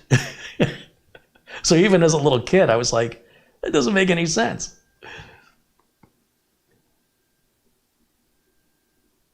Is data fade different than bit rot? Yes, bit rot is a term for corrupted data that occurs through, we're not using error correcting memory, ECC memory, and we're being bombarded with radiation from the sun. And electronics are very sensitive to the radiation. When they build electronics to go to space, like the Mars rover, that has to be ultra durable against much, much higher of radiation than what we deal with here on Earth. Electronics and radiation do not get along. So it's quite common that with all the millions of calculations that your RAM is moving data back and forth about, that the bits get distorted through radiation. And if one little bit gets distorted, a lot of times it self-corrects, but sometimes it doesn't. And it may not be a big enough corruption that you notice any difference. But if it happens often enough over a long period of time, then you can start getting random crashes and instabilities on a system that was previously reliable for years. And then you end up doing a wipe and a reinstall of Windows and everything works great again. That's typically a result of bit rot. Bit rot is just an organic term for a basically digital data corruption that occurs in the normal reading-write process using non-error correctable memory. Error correctable memory is typically used in servers where, like if the data gets corrupted that affects a multi-billion-dollar business, they can't afford that to happen. There's too much of a financial loss. What happens to me and you, it's just a slow erosion that happens over time. Some people, depending on how they use the computer and how intensely and how often, may never experience what we call bit rot. As you install and uninstall programs, they always leave stuff behind. They never clean up after themselves. So after a period of time, you're installing and uninstalling things, and that creates what we call bit rot as well, where there's just detritus left behind that's invisible to you.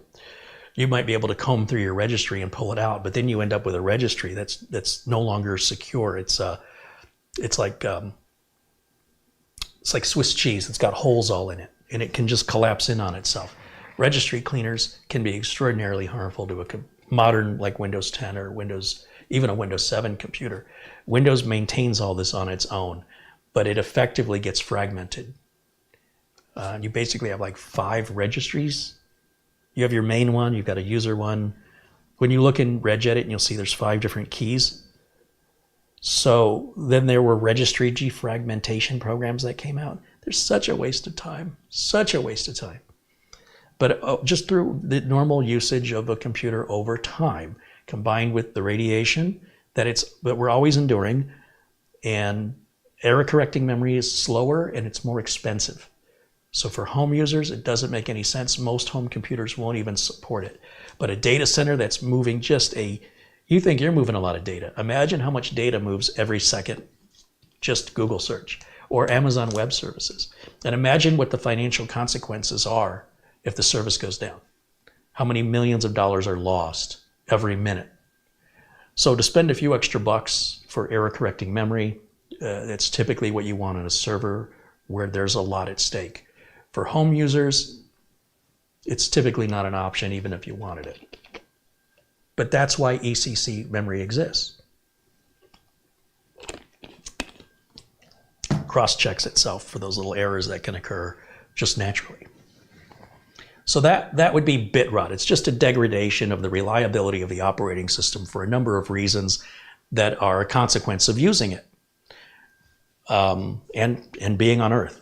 And then on top of that, you have data fade, which is purely theoretical. Bit rot is it's a very simplistic term to describe something that's rather technologically complex, right? You get into engineering. So I like the term bit rot because it's more identifiable to regular non-technical people. But it's not like a vegetable or, food rotting. It's not the same kind of rot. It's just a type of corruption that occurs through normal usage. And most people don't experience it until let's say they've never done a reinstall of their operating system in 7 or 8 years. In all likelihood, by simply wiping the drive and reinstalling the OS, they'll get all their performance back because you've effectively wiped out all the nonsense in the registry. You've wiped out all the little data corrupted files that you weren't aware that are there, and you end up with a machine that's running like brand new again. But it's a slow erosion, so you don't even notice it until suddenly you for whatever reason, you wipe and reinstall your computer after many years, and then the computer just comes to life and you're like, oh, I forgot how fast this computer used to be. That's typically the way it happens. And so that we call bit rot. All right, let me take a look now back over at, so we've got Magician installed. I think I want to move that M.2 drive over. So let's do that now. Let me go ahead and shut this down for a minute.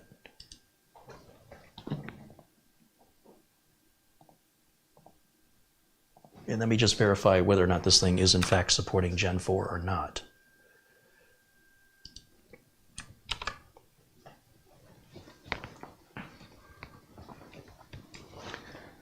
So we take off this, we take off this, we take off this. We'll set it all down there. We'll lift it off the base. Take out the dongle for the keyboard and the mouse. We'll set that aside. Set this back down. And once again, good thing we didn't put the screws in it or I'd be taking them back out again.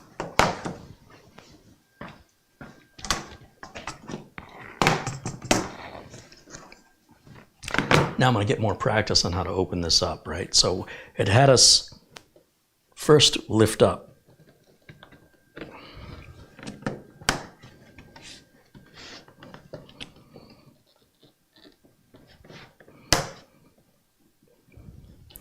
And then if I don't think I can pull back on it yet. Yeah, it's not budging. But if I push this cover forward, how did I do it before? I grabbed the foot and I lifted. No, I grabbed the foot and I pushed on the side here, pushed it in so that I just heard it.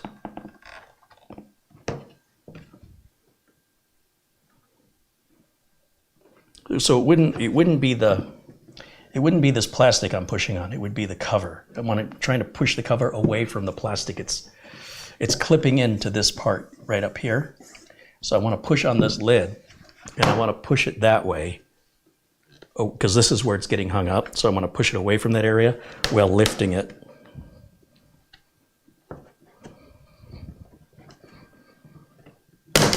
There it is. And now I'm going to move the M.2 drive over to the other slot.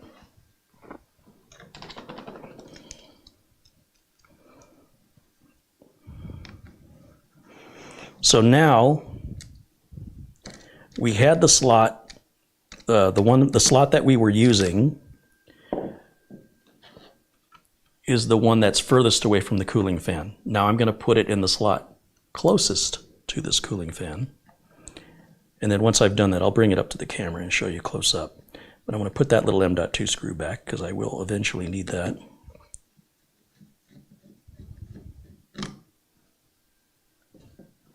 So we'll pop that in there.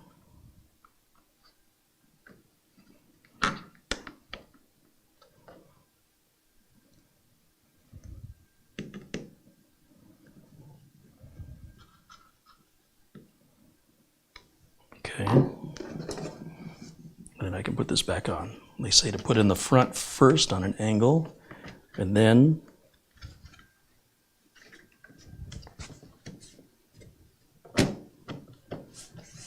just clicks into place.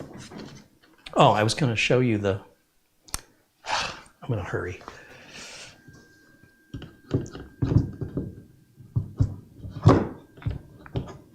Sorry about that. I was going to show you a close-up of what the two M.2 slots, but I'm using the one closest to the fan.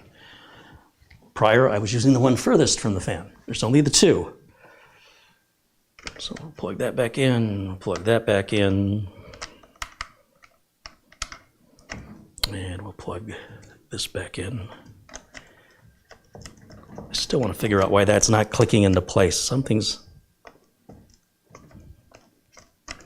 Yeah, I'll look at that off camera and try and figure out what's going on there. Plug my USB mouse and keyboard back in.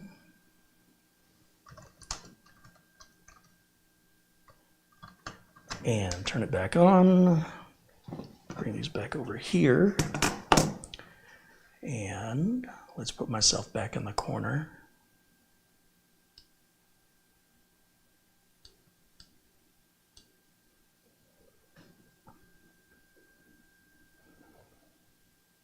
Hey, John Wilson joins us in the chat. Hey, welcome in, Jack. Okay, that's a pretty good boot up time. All right, let me go full screen over here. Okay, now I can see.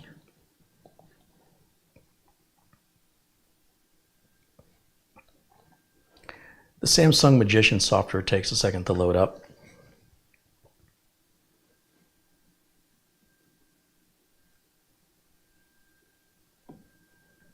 No battery is detected. That's interesting. There's our Magician software. Let's go back over to drive details and see if we're in Gen 4x4. We now are in Gen 4x4. So there is a difference between those two M.2 slots. Good to know if you're considering buying one of these. Let's see what difference it makes on our performance. Let's run that same performance benchmark. These are the numbers we had prior. Let's start it again. I'm hoping to see numbers that are about twice what we were seeing.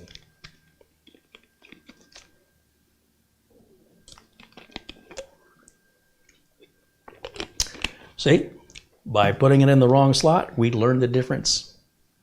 I didn't know there was a difference before. They could have done a little better job of explaining that in the manual, but it's pretty common when we're getting stuff from China that they're not, the people writing the manuals or translating the manuals may not be first language English speakers. They may be second language.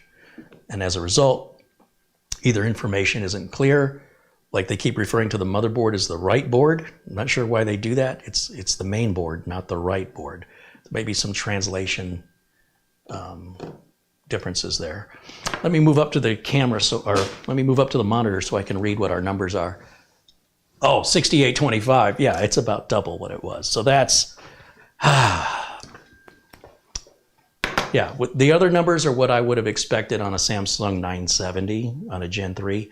You'll see the drives are backwards compatible. We can plug a Gen 4 drive into a Gen 3 slot. We're just going to get Gen 3 speeds out of it.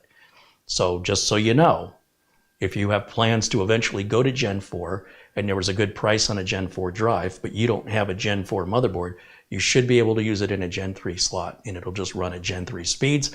And then when you eventually replace your motherboard, you can then move the M.2 drive into your new board, and it will run then at the Gen 4 speeds. So that is an option for those of you. I will say it's not the greatest idea because you're likely going to pay more for the drive now for a Gen 4 drive than in the future when you may actually need it. So you probably save money getting the Gen 3 drive, and then when you're ready for a Gen 4 motherboard, unless it's going to happen sometime soon, likely you'll be able to get a bigger, faster Gen 4 drive for less money in the future than whatever you'd pay today. So thinking ahead of the future is going to likely cost you more money than it will than if you just bought it in the future when you needed it. And that doesn't hold true universally to all things in life, but for solid state drives and things like RAM, unless there's some kind of a factory mishap, which is unlikely, this stuff will just keep getting more and more capacity, faster and cheaper. Okay, there's our final benchmark numbers. What is my write speed on this? What did it say? Sequential read 6825. Sequential write 4240. Okay, I think that falls in line with the specs of the Samsung 980 Pro. Pretty sure. So let's torture it and put Prime 95 on this bad boy. I will show you if we go to properties here and we go to, we can see 11th gen. Here's our processor. Right now it's pretty slow at 2.3, but that will crank up when we start pushing it. There's our 32 gigs of RAM. It's saying 31.7 is usable because the onboard video, the Intel video, is stealing some of our RAM. The NVIDIA has its own RAM, the 3070. I should probably look for an upgraded NVIDIA driver too. If I install the one we downloaded, which is in here somewhere, what did I do with it?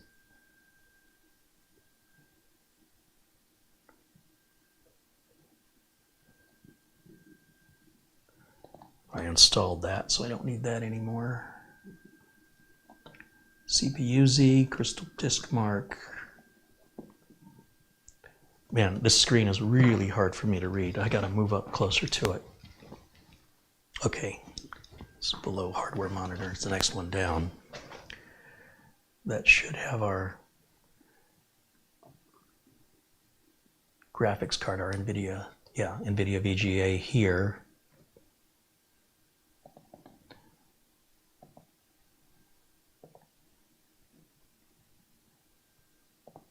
Let's run Windows 10, setup, yes. Agree, next. I'm sure this is an outdated driver. NVIDIA comes out with drivers every couple of weeks, so, but this should probably be newer than what we have, I'm guessing.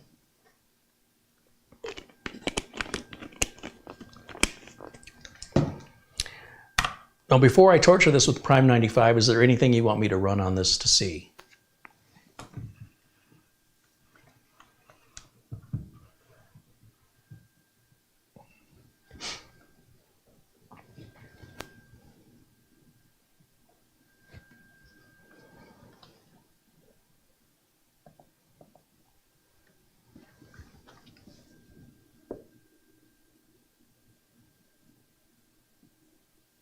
Minesweeper.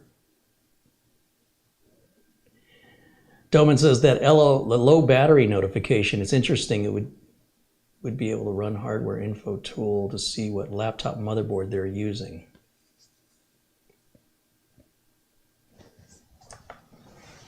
Maybe. I mean, CPU-Z should give us that information. I'm not quite sure it really benefits us without some Google searching to figure out. It's not like it'll likely be like a household name or something. It could be. But yeah, we'll run CPU-Z on it and we can see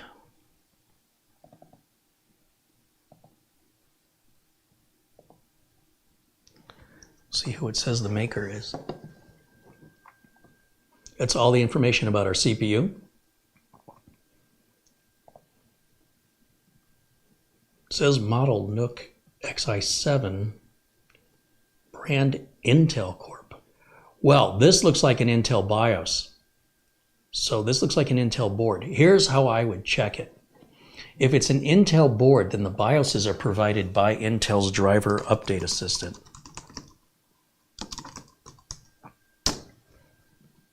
Let's see what happens.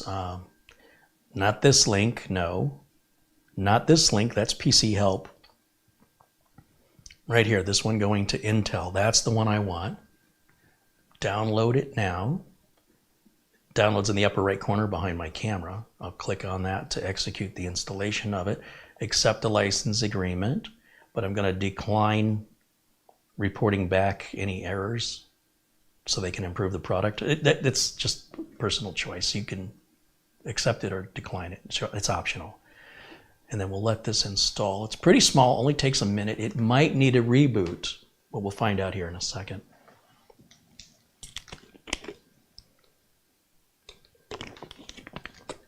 This will also verify we have the latest drivers for the other Intel components on the system. Okay, no reboots necessary. We hit the launch button. It's going to scan. It finds our newer Intel Wi-Fi driver and a newer Bluetooth, so we'll download all. But it is not offering us a BIOS update here. The latest BIOS is actually pretty recent. Looks like August 23rd. But this format, this looks like how Intel formats their BIOSes. So I would imagine if there is a newer BIOS, it'll be offered to us here, and you don't have to worry about picking the right one. It just auto installs. Intel's BIOSes typically take quite a bit longer to install. It'll reboot into what looks like a DOS mode most often, and it'll just start updating all these different areas of the BIOS. And I would suggest find something to do. Don't interrupt it. Don't power it off. And it'll take 3 or 4 times longer than most BIOSes that you're accustomed to seeing. But on the other hand, it's doing it all on its own, so you don't have to hunt it down. So I imagine that will be the case with this computer, but I don't know for sure.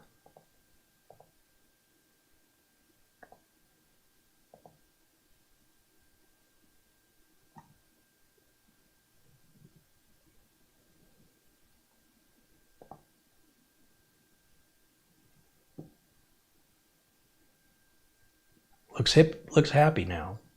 Okay, in the meantime, that'll just stay down in our system tray with that little green dot. That tells us everything's cool. If you see a little red dot down there, that means there's a driver update. Now, if you keep fighting with Intel driver display drivers with Windows Update, then trying to replace it, and if that's the only update you've been getting lately, just uninstall the thing. It's such a pain in the rear when you get into that little loop. Because if it hasn't been offering you anything updated in a while, unless it's a NUC, in which case I'd keep it just for the BIOS updates, so you'll know immediately when it becomes available. I wonder what Cinebench will do on this thing. Let me grab my utilities.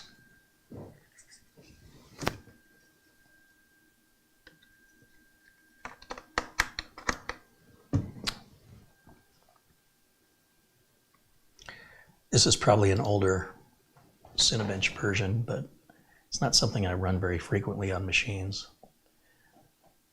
R15.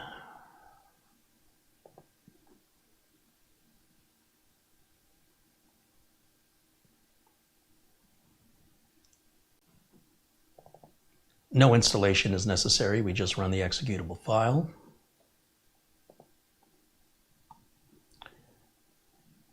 End user license agreement.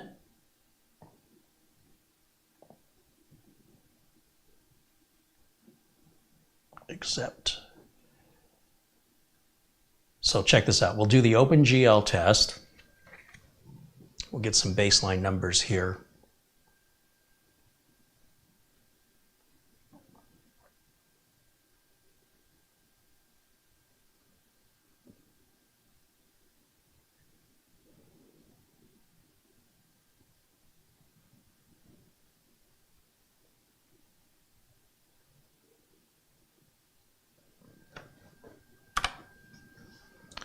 Let me get rid of myself off camera 1 so you can see the full screen.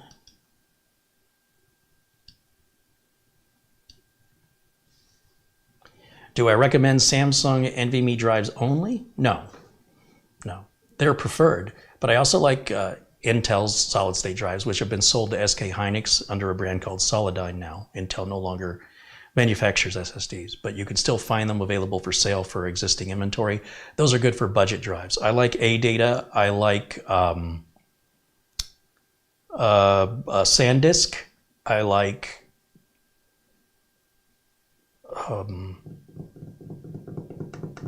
I'll think of it. I got to go look now. What's the name of that brand? Sabrent. Yeah, I like Sabrent solid-state drives. If I'm looking for a cheap drive, the Team branded drives are fine. I don't like Kingston. I do not like Crucial. Those are I just had really bad luck with those brands. Okay, what I'm curious about, our benchmark score here says what? 125.01. Now, there's this little turbo button on the front of this computer. So let me go back to camera 1 here for a second.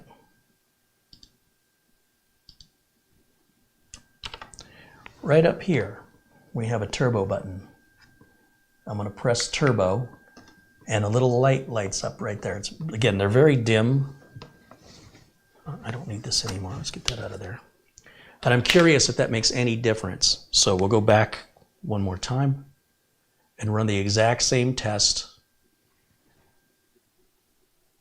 with the only difference being I push that button in. So we're going to throw more, potentially more power at the graphics card.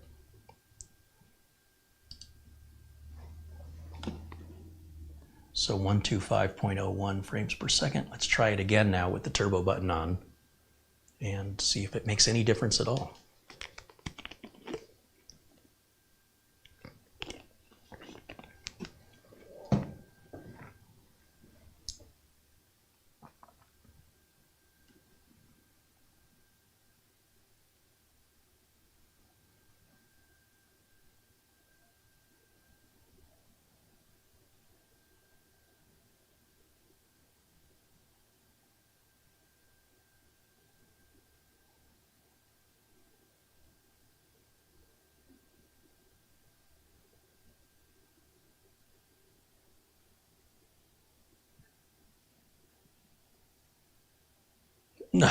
Ran worse. Well, that's interesting. You'll never get the exact same number twice in a row. Let's run the CPU benchmark on Cinebench just to see what the CPU does.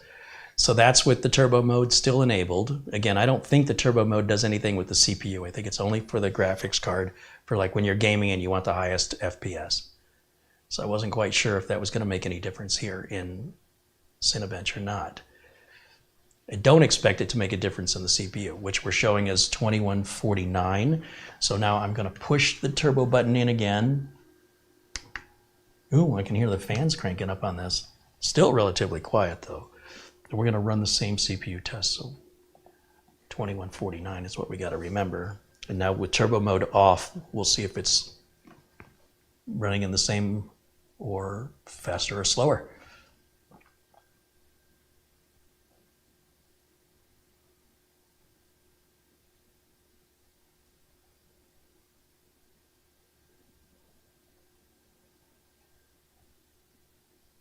Yeah, a little bit slower with the turbo button off. And just to run it one more time with the turbo button off, I want to see if it's consistently staying in the 1900s. And then the turbo button on, see if it consistently stays in the 2100s.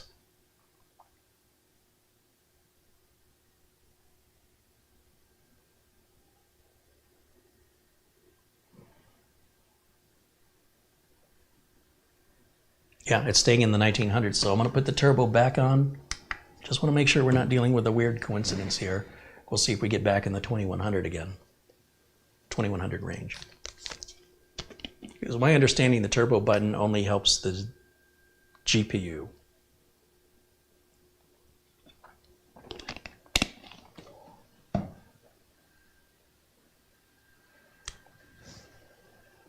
This is why I don't lean too heavily on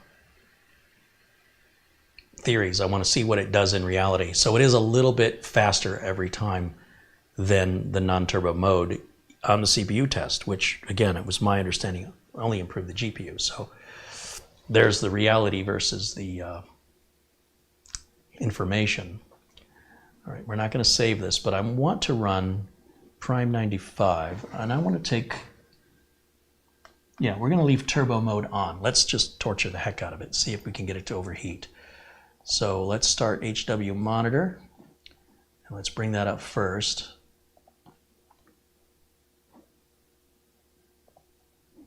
Guess I'm going to have to update that to a new version.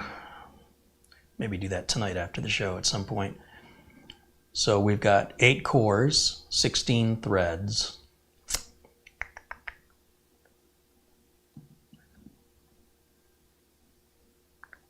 GPU temps. And we just have a package temp. Interesting. So let's go ahead and start up Prime 95. This is version 26.6 where I keep all these defaults, and I just hit OK and just let it start torturing. We'll close that window and let's put this one on top, and let me get my stopwatch on my phone started up here. And we're going to let that run until either we reach a temp in the 90s or 20 minutes, whichever comes first. And I'm going to check my phone while we're waiting here.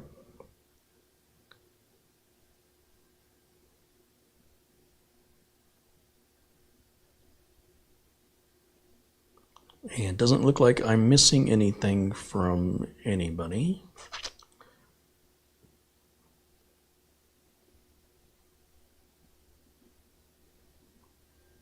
I think I'm all caught up over here.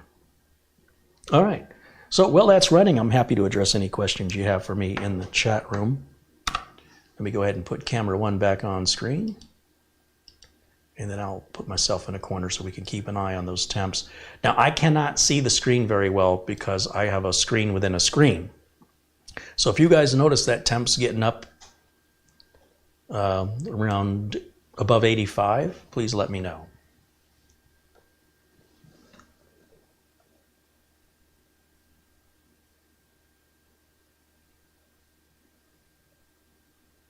Bikeman says, I never ran Prime 95 or Cinebench since the shop upgraded my LGA 1200 cooler back in May. Maybe I should take some time to do that someday. There's no reason to. If your system's running fine and it's doing everything you need it to do, then you're just looking for a problem. Why would you look for something you don't want to find? I wouldn't be bothered with it, because if you're totally happy with your machine and the way that you use it, that's what's important. Running some simulations on it to use it in an unrealistic way to see if it'll pass is completely irrelevant to you in your real life. I'm recommending you have no reason to run that. The only benefit that you can get to that is just verifying that it stays cool. But regardless, if you're not using the machine in a way that causes it to overheat, why would you invite that? Now, if I'm selling or evaluating a new machine, I want to see where its limitations are, right? Before I hand it over to a customer or before I start using it under certain use case scenarios. I want to make sure the machine is capable of what it's going to be asked to do when it's put into service. And if that machine has some limitations, that's going to not necessarily mean anything needs to get fixed, but rather where the machine would be used for the most ideal. If I got a machine that's overheating really easy and I want to use that as a home theater PC, it'll never get pushed that hard. But if I could use it as either a home, like I can't make up my mind, I need a video editing machine, I need a home theater PC, and one overheats if you push it really hard, like with Prime 95, that would probably be the one I'd want to use for the home theater because that doesn't require much CPU usage. On the other hand, video editing, especially 4K videos and large, hours-long videos, I need a lot of storage space. I need processing power to render these videos out. And I need to make sure it's not going to overheat in the render and I lose my video project or whatever work I've done and produced, I have to start over again. So for me, it's important that the machine can withstand how it's going to be used. The dentist office has these computers in every operatory, and they don't do much. They bring up their Dentrix software. I think they're running the same computers they've been running for 10 years. They got Windows 10 on them. They obviously upgraded from Windows 7 at some point. It had nothing to do with it.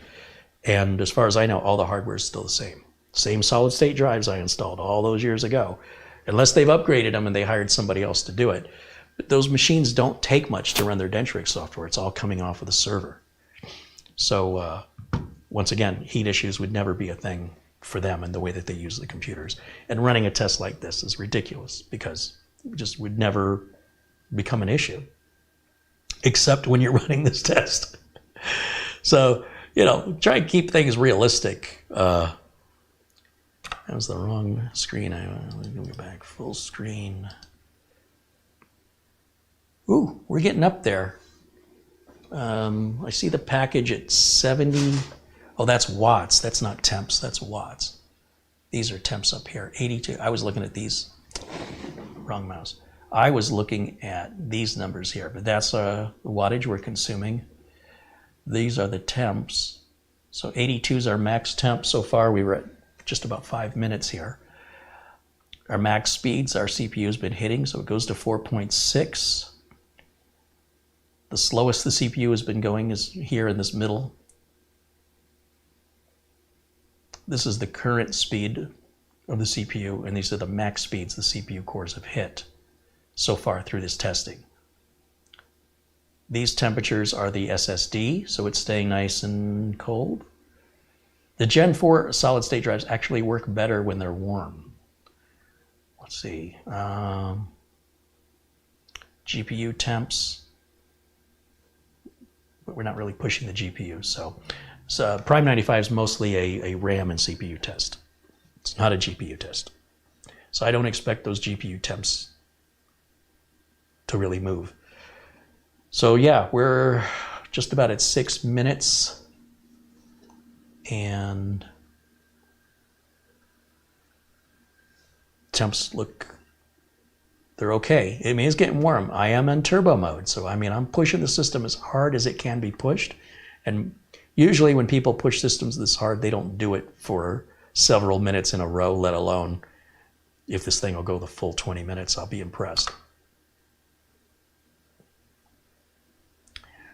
Forbin Colossus in the chat wants to know, do you have any suggestion for the size of solid state drive or M.2 that should be able to load a new operating system to boot drive only? I plan to put my data and other drive. So you can get away with a 256 gig drive, but nobody sells them anymore. 500 gigs is pretty much where they start, and you can pick those drives up under $50.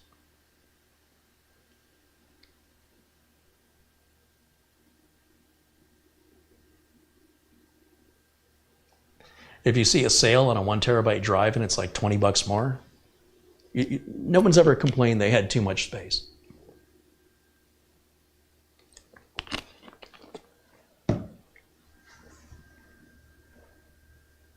Carmelo Lopez says hello. Welcome in, Carmelo.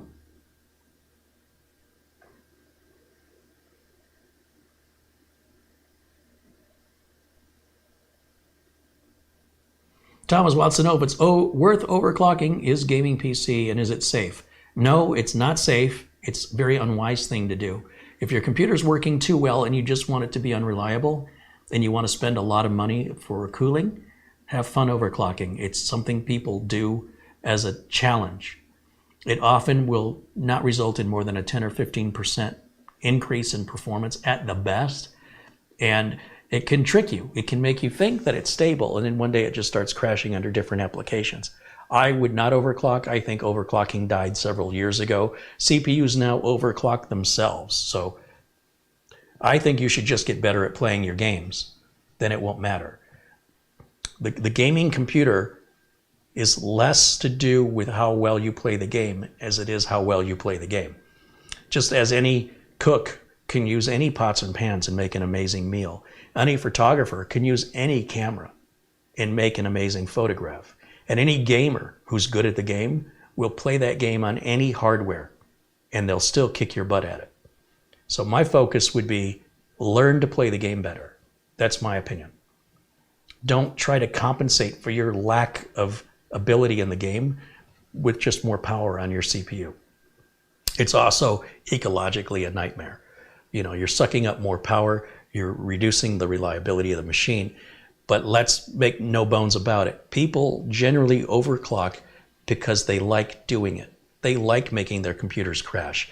They like trying to figure out spending days or weeks and hundreds of dollars in excessive cooling equipment and thermal compounds, and all they do is try and reach the bleeding edge of where the computer stays mostly reliable. And that's fun for them. For me, nobody will pay me to do that, and I'm not interested in it. So if you enjoy that sort of thing, it can be very fun if you're of that mindset. But if you just want the games to work and you want your computer to be reliable, leave it alone. If you're having a problem and you need help solving it, we're here to help. But if you're not having a problem and you're leaning towards overclocking, that suggests to me you're bored and looking for something to do. And you know what? There's no evil in that. Have fun. Set your expectations. That's a very strong learning curve in overclocking. And there are overclocker forums and videos where you might want to watch those and, you know, listen to people and watch their processes of just how expensive and how time consuming it can be and how little returns they're actually getting back for all that time and effort. But they love it. That's what they love to do. It's not practical. Let me see, how are we doing? I appreciate the question though. Still max of 82. We're on 10.5 minutes, so we're a little more than halfway through. It's looking good though. It's looking good. Winston Liu with $2 Canadian Super Chat says, I sent you Canadian money. All right, well, thank you for that. Patrick Russo says, greetings from Syracuse, New York. I'll watch the replay. The cold is kicking my butt. Yeah, I hear it's pretty cold out there. Gary Tatum said, this little computer has some pretty impressive cooling. Well, remember, they are using liquid metal on the cooler. And that does help when we're pushing the machine this hard. Nobody is likely going to push this machine this hard for this long. It's very unrealistic.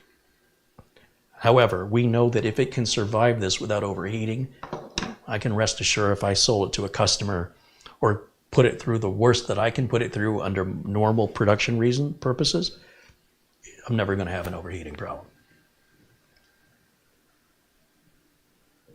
Glenn's Music says, liquid metal, it's a Terminator. It's Robert Patrick's blood. Les Stevenson's checking out. All right, Les, thanks for hanging out with us. Bob R says he likes the skull on it. Yeah, I do too. I think it's pretty neat. Patrick says, I'm a little sick, Carrie, but I'm not contagious. I hope not. I don't need your cold. I don't need your virus in the chat room. I hope you feel better, though.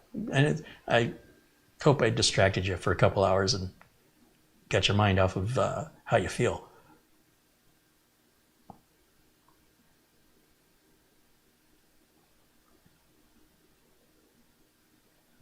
Nev Wells says, I just joined after a long in-law family party. I'll watch it in its entirety tomorrow. It's late here in the UK. Yeah, it'll be available to watch after YouTube processes it. So if you try to watch this video too soon after the live ends, you won't see the chat replay. That's one way that you can tell. It may also not be available in HD. Video this long, you know, we're going on, we're 20 minutes away from being on for 4 hours. So we're 3 hours and 40 minutes. We'll likely wrap this up at the 4-hour mark. I've been trying to make the videos right around the 2-hour mark, but this is a special evaluation, and I wanted to make sure we went through everything from unboxing, installing the RAM and storage, installing the operating system, getting the updates, showing you how you get the drivers, talking about how you get BIOS updates with the Intel Driver Assistant. Off camera, I'm going to look into why this Ethernet module is not clicking into place that's really bugging me. Something's not right, and it requires a little closer inspection and more patience where I'm not live trying to keep the show going. For right now, it's fine. You know, the Ethernet cable is in, but any sort of pulling on the cable and it'll pop right out. It's supposed to click into place, and I've tried 2 different cables and neither one is clicking into place. So I need to figure out why that is. Hopefully it's just something simple. Let's see. Corey in the chat said the Samsung 970 Pro NVMe Gen 3 drives are the same price as the 980 Pro Gen 4 drives, which is mind-boggling. Well, it's about production. If they're now moving all their production into Gen 4 drives, then they're motivated to blow out all the Gen 3 inventory. And that's likely what's happened.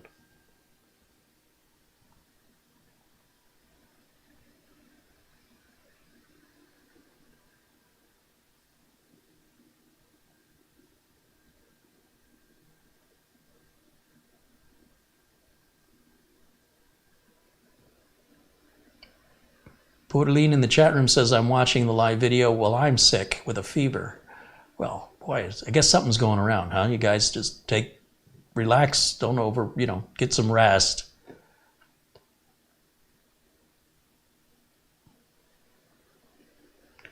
Christopher Vanzetta in the chat said the temp seems stable. Stealth Mode says, I love this gaming PC. It's like a laptop without the screen and keyboard. I'd like to get one and see how well it runs my games. Look, if you know what the 3070, the laptop version of the 3070 can do, then you should pretty much know what to expect from your games. You could save a couple $100 and get the i5. It'll work the games just the same. But if you get the i7, if you spend the extra $200 and get the i7, in theory, you have a machine that has a longer useful life with regards to other things besides games. So, but it's a very unique looking PC. I've never seen anything like it. And yeah, as I mentioned, they are in fact using a laptop motherboard. There's just no laptop touchpad. There's no laptop screen. There's no laptop battery. There's no laptop speakers. There's no laptop microphone. There's no laptop webcam. It just went to sleep on me. So other than that, it's like a laptop.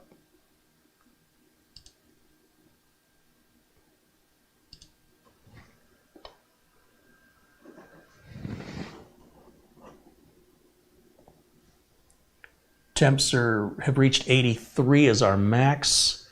We're 16 minutes in, so 4 more minutes and we'll say it passes. I like the temps to be no higher than 85 at their peak, but I would give a little more leeway to a small mini machine like this because it simply doesn't have the size cooler or the amount of airflow that a desktop would have. So we give it a little lenience in that regard. I wasn't expecting it to do this well. I knew it wasn't going to overheat, but I thought we'd at least hit 85, and we have not. And remember, I'm with the turbo mode on. If I turn turbo mode off, in theory, it should run even cooler. It just kind of depends on how that's affecting the GPU versus the CPU, and we're not testing anything with the GPU on Prime 95. So I guess what I'm saying is it's possible that turbo button doesn't make a difference one way or the other on this particular test. Patrick Manny said he just paid his MasterCard bill. Now he's sick. I know the feeling. Christmas time, boy, you got to deal with the reality of the presents that you paid. That, it all adds up. I got some stuff coming from Amazon for some video content this week, and Amazon doesn't bill me until they ship it. And now I'm seeing all these large amounts going through, and they're all happening like right in a row. Did I spend that much? Keeping my fingers crossed. I sort of figured it out in my head based on what I had to spend. And I think I'm pretty close to the edge on it. I could have gone over. I'll probably know by Wednesday, by tomorrow. Flipper Flop said it's 12:43 in the morning in Germany. So it looks like you are 8 hours ahead of us.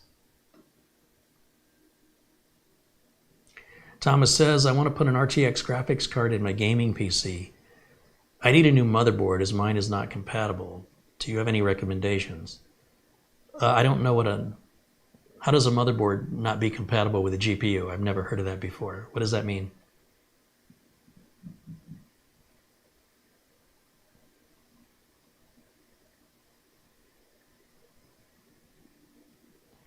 Corey says, gaming between a Gen 3 or a Gen 4 NVMe drive is hardly noticeable. Only a handful of games will benefit from direct storage. Yeah, this is true. But if it's the same price to get the same capacity, why not get the Gen 4 one? It seems like there'd be no downside to having it. If the Gen 4 is going to cost more and your primary use is for games, I see what you're saying. But if the price is the same, there's no downside.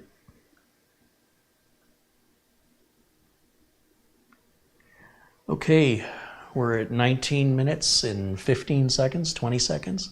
So we're just about ready to let the computer off the torture test. And 83 appears to be our maximum. Well, it's climbing right now. It's 79. But we haven't reached any thermal junction, which is good. And if we do the Control-Alt-Delete, go to the Task Manager, more details, and bring up Resource Monitor. We can see how much Prime 95 is slamming on our CPU. Getting a lot of disk I/O as well. So, yeah, we're over 20 minutes now, so I can stop the test. I just want to, one more time, take a look here. 83 is as hot as we ever got. I'm going to hit stop, and now we'll watch these temps fall real quick. Down into the 50s already. And now I can end Prime 95. We can close the Resource Monitor. And let's bring up Crystal Diskmark. And we already got the Samsung benchmarks, but Crystal Diskmark should show us something identical to what we saw. Well, let's go ahead and verify we're getting identical numbers here.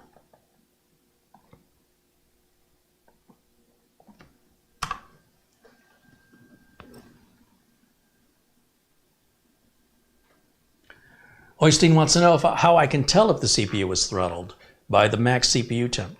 Yes, yeah, the max CPU temp would be 100 degrees Celsius. And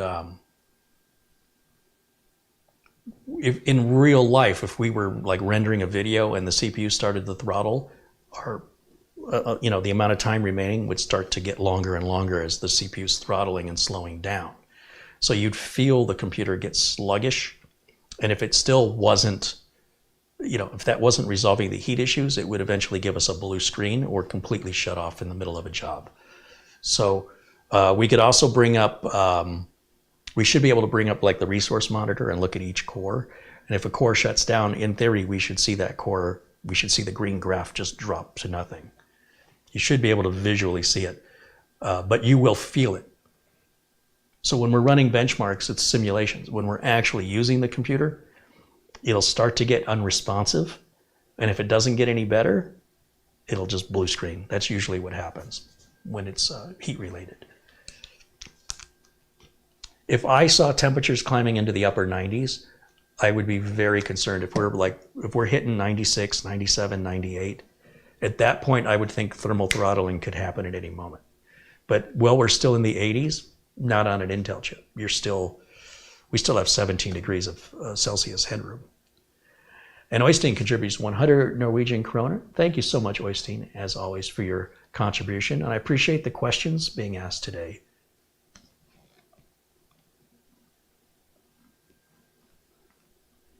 Stealth Mode said, that's pretty impressive for a slim PC. Well, that's the benefit of using a laptop motherboard, though, right? That's exactly what it's designed to do, that dual fan configuration. That was really well thought out. Whoever thought to do this at Minisforum, I give them kudos for having a very unique, clever idea that I haven't seen anybody execute this idea before. It makes a lot of sense.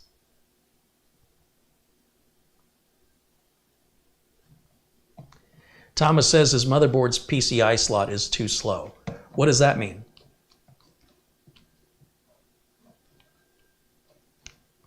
How fast of a PCI slot do you think you need to have? Explain to me what it is.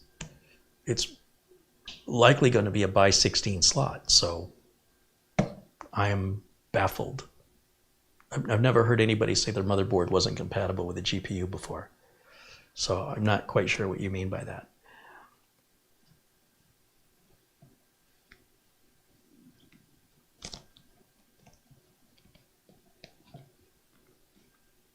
I guess what I don't understand is what graphics card you're trying to put in there. That might make more sense. If there's no such thing as an incompatible too slow slot. Any GPU you plug in there is going to work.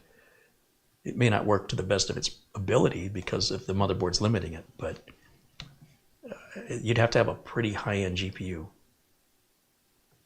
like a 40 series or a high-end 30. I mean, what are you talking about? How much money are you planning to spend on a GPU? Let's just ask that. Glenn's Music said his toaster's not compatible with his microwave. I don't think anybody's toaster is compatible with their microwave.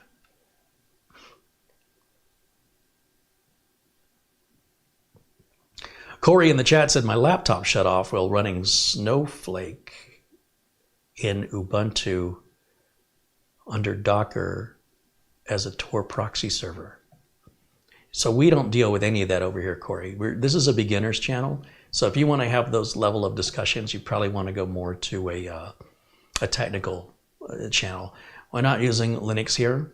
I'm not using any containers like Docker, and we're not doing anything with the dark web. So you're just not going to see much help from me on that, because I don't want to lose three-fourths of my audience to stuff that it's a whole nother language that even if they understood it, they'd be like, why are we even discussing this? But I would be of no use. I have no helpful advice to give you on that. Mr. Mann wants to know if the ambient temperature is important when testing. Yes and no.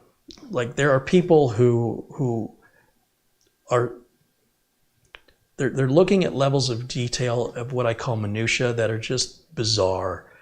If what we're doing is we're sending something into space, if what we're doing has critical ramifications with regards to heat testing, then of course that becomes very important.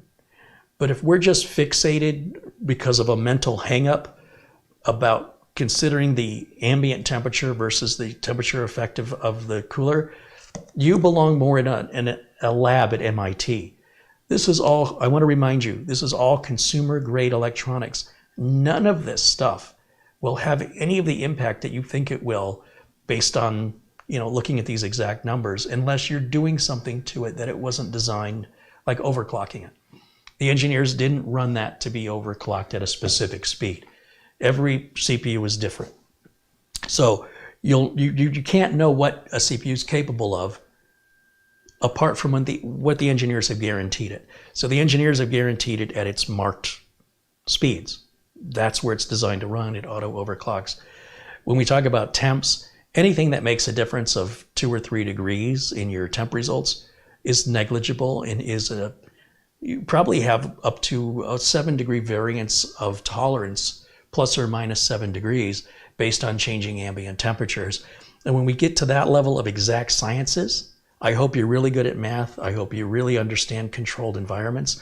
And I hope that you have the money to finance all of that, and that getting those accurate numbers under those conditions is beneficial to you and worth the investment. When we talk about consumer-grade electronics, we're generally getting into a ballpark of what to expect. So what I'm getting at is, if this house were 10 degrees cooler or 10 degrees hotter, it wouldn't impact that enough to make any difference. I can't imagine any excuse where somebody would be in a building that is lower than 62 degrees Fahrenheit or hotter than 82 degrees Fahrenheit under normal conditions of working the PC under a very high stress. All of these things have to align for that to make any difference at all. So I can't imagine many people sit in a house below 62 degrees Fahrenheit. I can't imagine many people are in a house over 82 degrees Fahrenheit. And those who are are likely not sitting in front of their computer in this super hot or super cold house, and on top of that, using the computer to perform an intense task, such as Prime 95, and then wanting to know how it's going to affect the performance of the heat. It won't make a difference except by a couple degrees. So what's the point of discussing it? We get hung up on theory. Too many people are hung up on theory. I'm not interested in theory. I'm interested in reality. What situation or environment are you in that you care that much to justify that exact number? And why are you using consumer grade equipment? Why aren't you using industrial or research and development equipment to develop it? Because that's the mindset of a researcher. It's not beneficial to most people to have that information.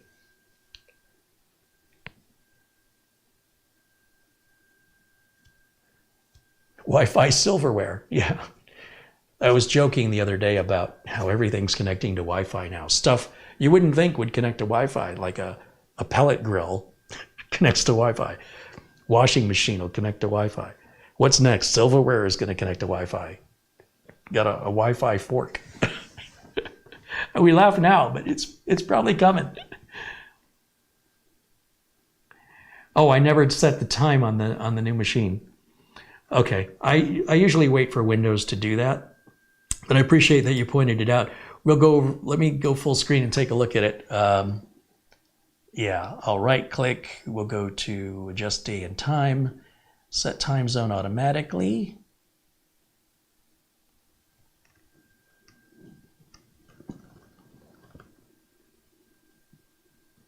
And set time automatically, we'll turn that off and back on again.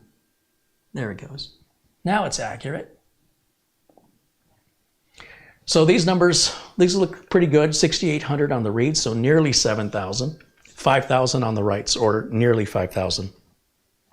That's pretty good if you ask me. I'm happy with that. Okay, any final questions? Otherwise, we're going to go ahead and wrap it up. We're about 3 minutes away from being at 4 hours. Brian Larson just contributed $2 super chat. Says, thanks for the look inside the Nook. Happy holidays. Thank you, Brian. Thanks for hanging out, and thanks for your support. Bob R. suggests Wi-Fi underwear. I'm sure it's just around the corner.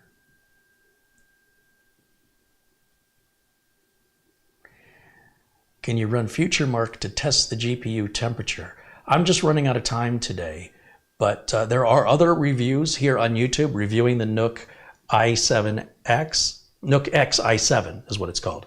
And if you search for it here on YouTube, they demonstrate a number of games being played on it, at what settings and at what frames per second. And I would advise you to take a look at those. As far as I know, there are no temperature issues with the GPU at all. But go ahead and look through those other videos. I would do it if you asked me earlier if we had time, but I just don't have time for that right now. I'm very confident, though, it's not going to have any. This fascination and hang up with temperatures is just bizarre. Again, go look at some other reviews of this, but it's just something you don't need to worry about.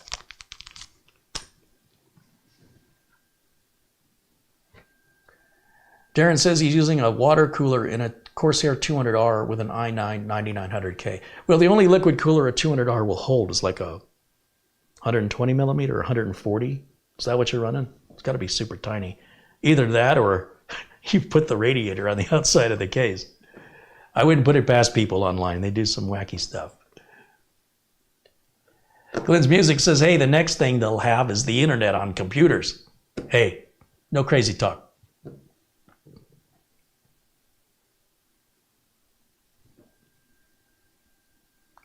Chris Johnson says, I hope to be present for the next live stream. Until later, please be well. We hope you'll be here and join us. I don't think I'll be live tomorrow. Should be live Thursday, and I will be live Friday, and I will be live Saturday. Should be starting at 1 o'clock my time, which is 12 p.m. Pacific time and 3 p.m. Eastern time, at least until the spring when Pacific and Eastern move up an hour. LRCX, hey, there he is. I hadn't seen you in there. Says, thanks for another nice afternoon with you in the chat. Always learning from you. Glenn's Music said, crazy is my default. Robert Simon says, I once saw a computer in a fish tank with mineral oil. It was really cool. Yeah, that won't last very long, but you can find YouTube videos where people have done some really impractical stuff just because they could. Nobody in their right mind would ever set that up and expect it to be reliable. But it's fascinating to watch it run, isn't it? To see the fans turn for no reason. But anyway, my thanks again over to the folks at Minisforums for sending me the NUCXi7. My plan is I'm going to keep it over here and start using it. I'll probably put it like over here somewhere. And I'll start using it for anytime I need to go showcase a piece of software or, you know, go to a website and such. I don't really like sharing the screen on the streamer because sometimes I share the wrong tab. Frustrates me because I get impatient. So if I keep it this one clean and as my go-to, that's my plan. Unless I can see it's blocking the streaming computer. It might be too big, might get in the way. But this would work for video editing. This will work for everything I need, except I can't put a video capture card in it because there's no PCI slots in there. I could put a USB capture card and run one camera, but as a production machine, it's something pretty high end. I just think it's really neat. I'll put the screws in the base now that I feel pretty confident. I can put the 3 screws back, put the screws in it. I don't see any reason to open it back up. We are running Gen 4 on the NVMe. We have identified the 2 different slots. We know the RAM is working. I'll run memtest 86 on it for a couple hours just to make sure that new RAM is, you know, fresh and working. I know it's fresh, that it's working properly. Sometimes you could have errors in the higher end of your RAM that you never even knew were there because you don't use that much RAM. I recommend everybody run memtest 86 on their machine because there's probably a good 10 to 20% of you that have bad RAM and you just don't know it because you're not using that yet. But you will. Eventually, you likely will. So if you can nip that in the bud before that happens, that seems like a reasonable thing to try to avoid. memtest 86 is free to download, and I have a video showing you how to download it and run it. It will take anywhere from a half an hour to 2 hours to run. If you get any errors, there's no fixing it. You just have to identify the bad RAM module and replace it. And usually it's sold in pairs. So even though one is good and one is bad, you would take them both out and replace them both with a matching pair. A lot of RAM, if you built your own computer, has lifetime warranties. So you can often reach out to the manufacturer's website for an RMA. It just means you'll have to send both RAM back and you won't be able to use your computer until you get your replacement RAM. On the other hand, if memtest goes back through all 13 tests and says there's no errors, I don't see any reason to repeat that test the default of 4 times. That's like 52 runs of the test. Each run is 13.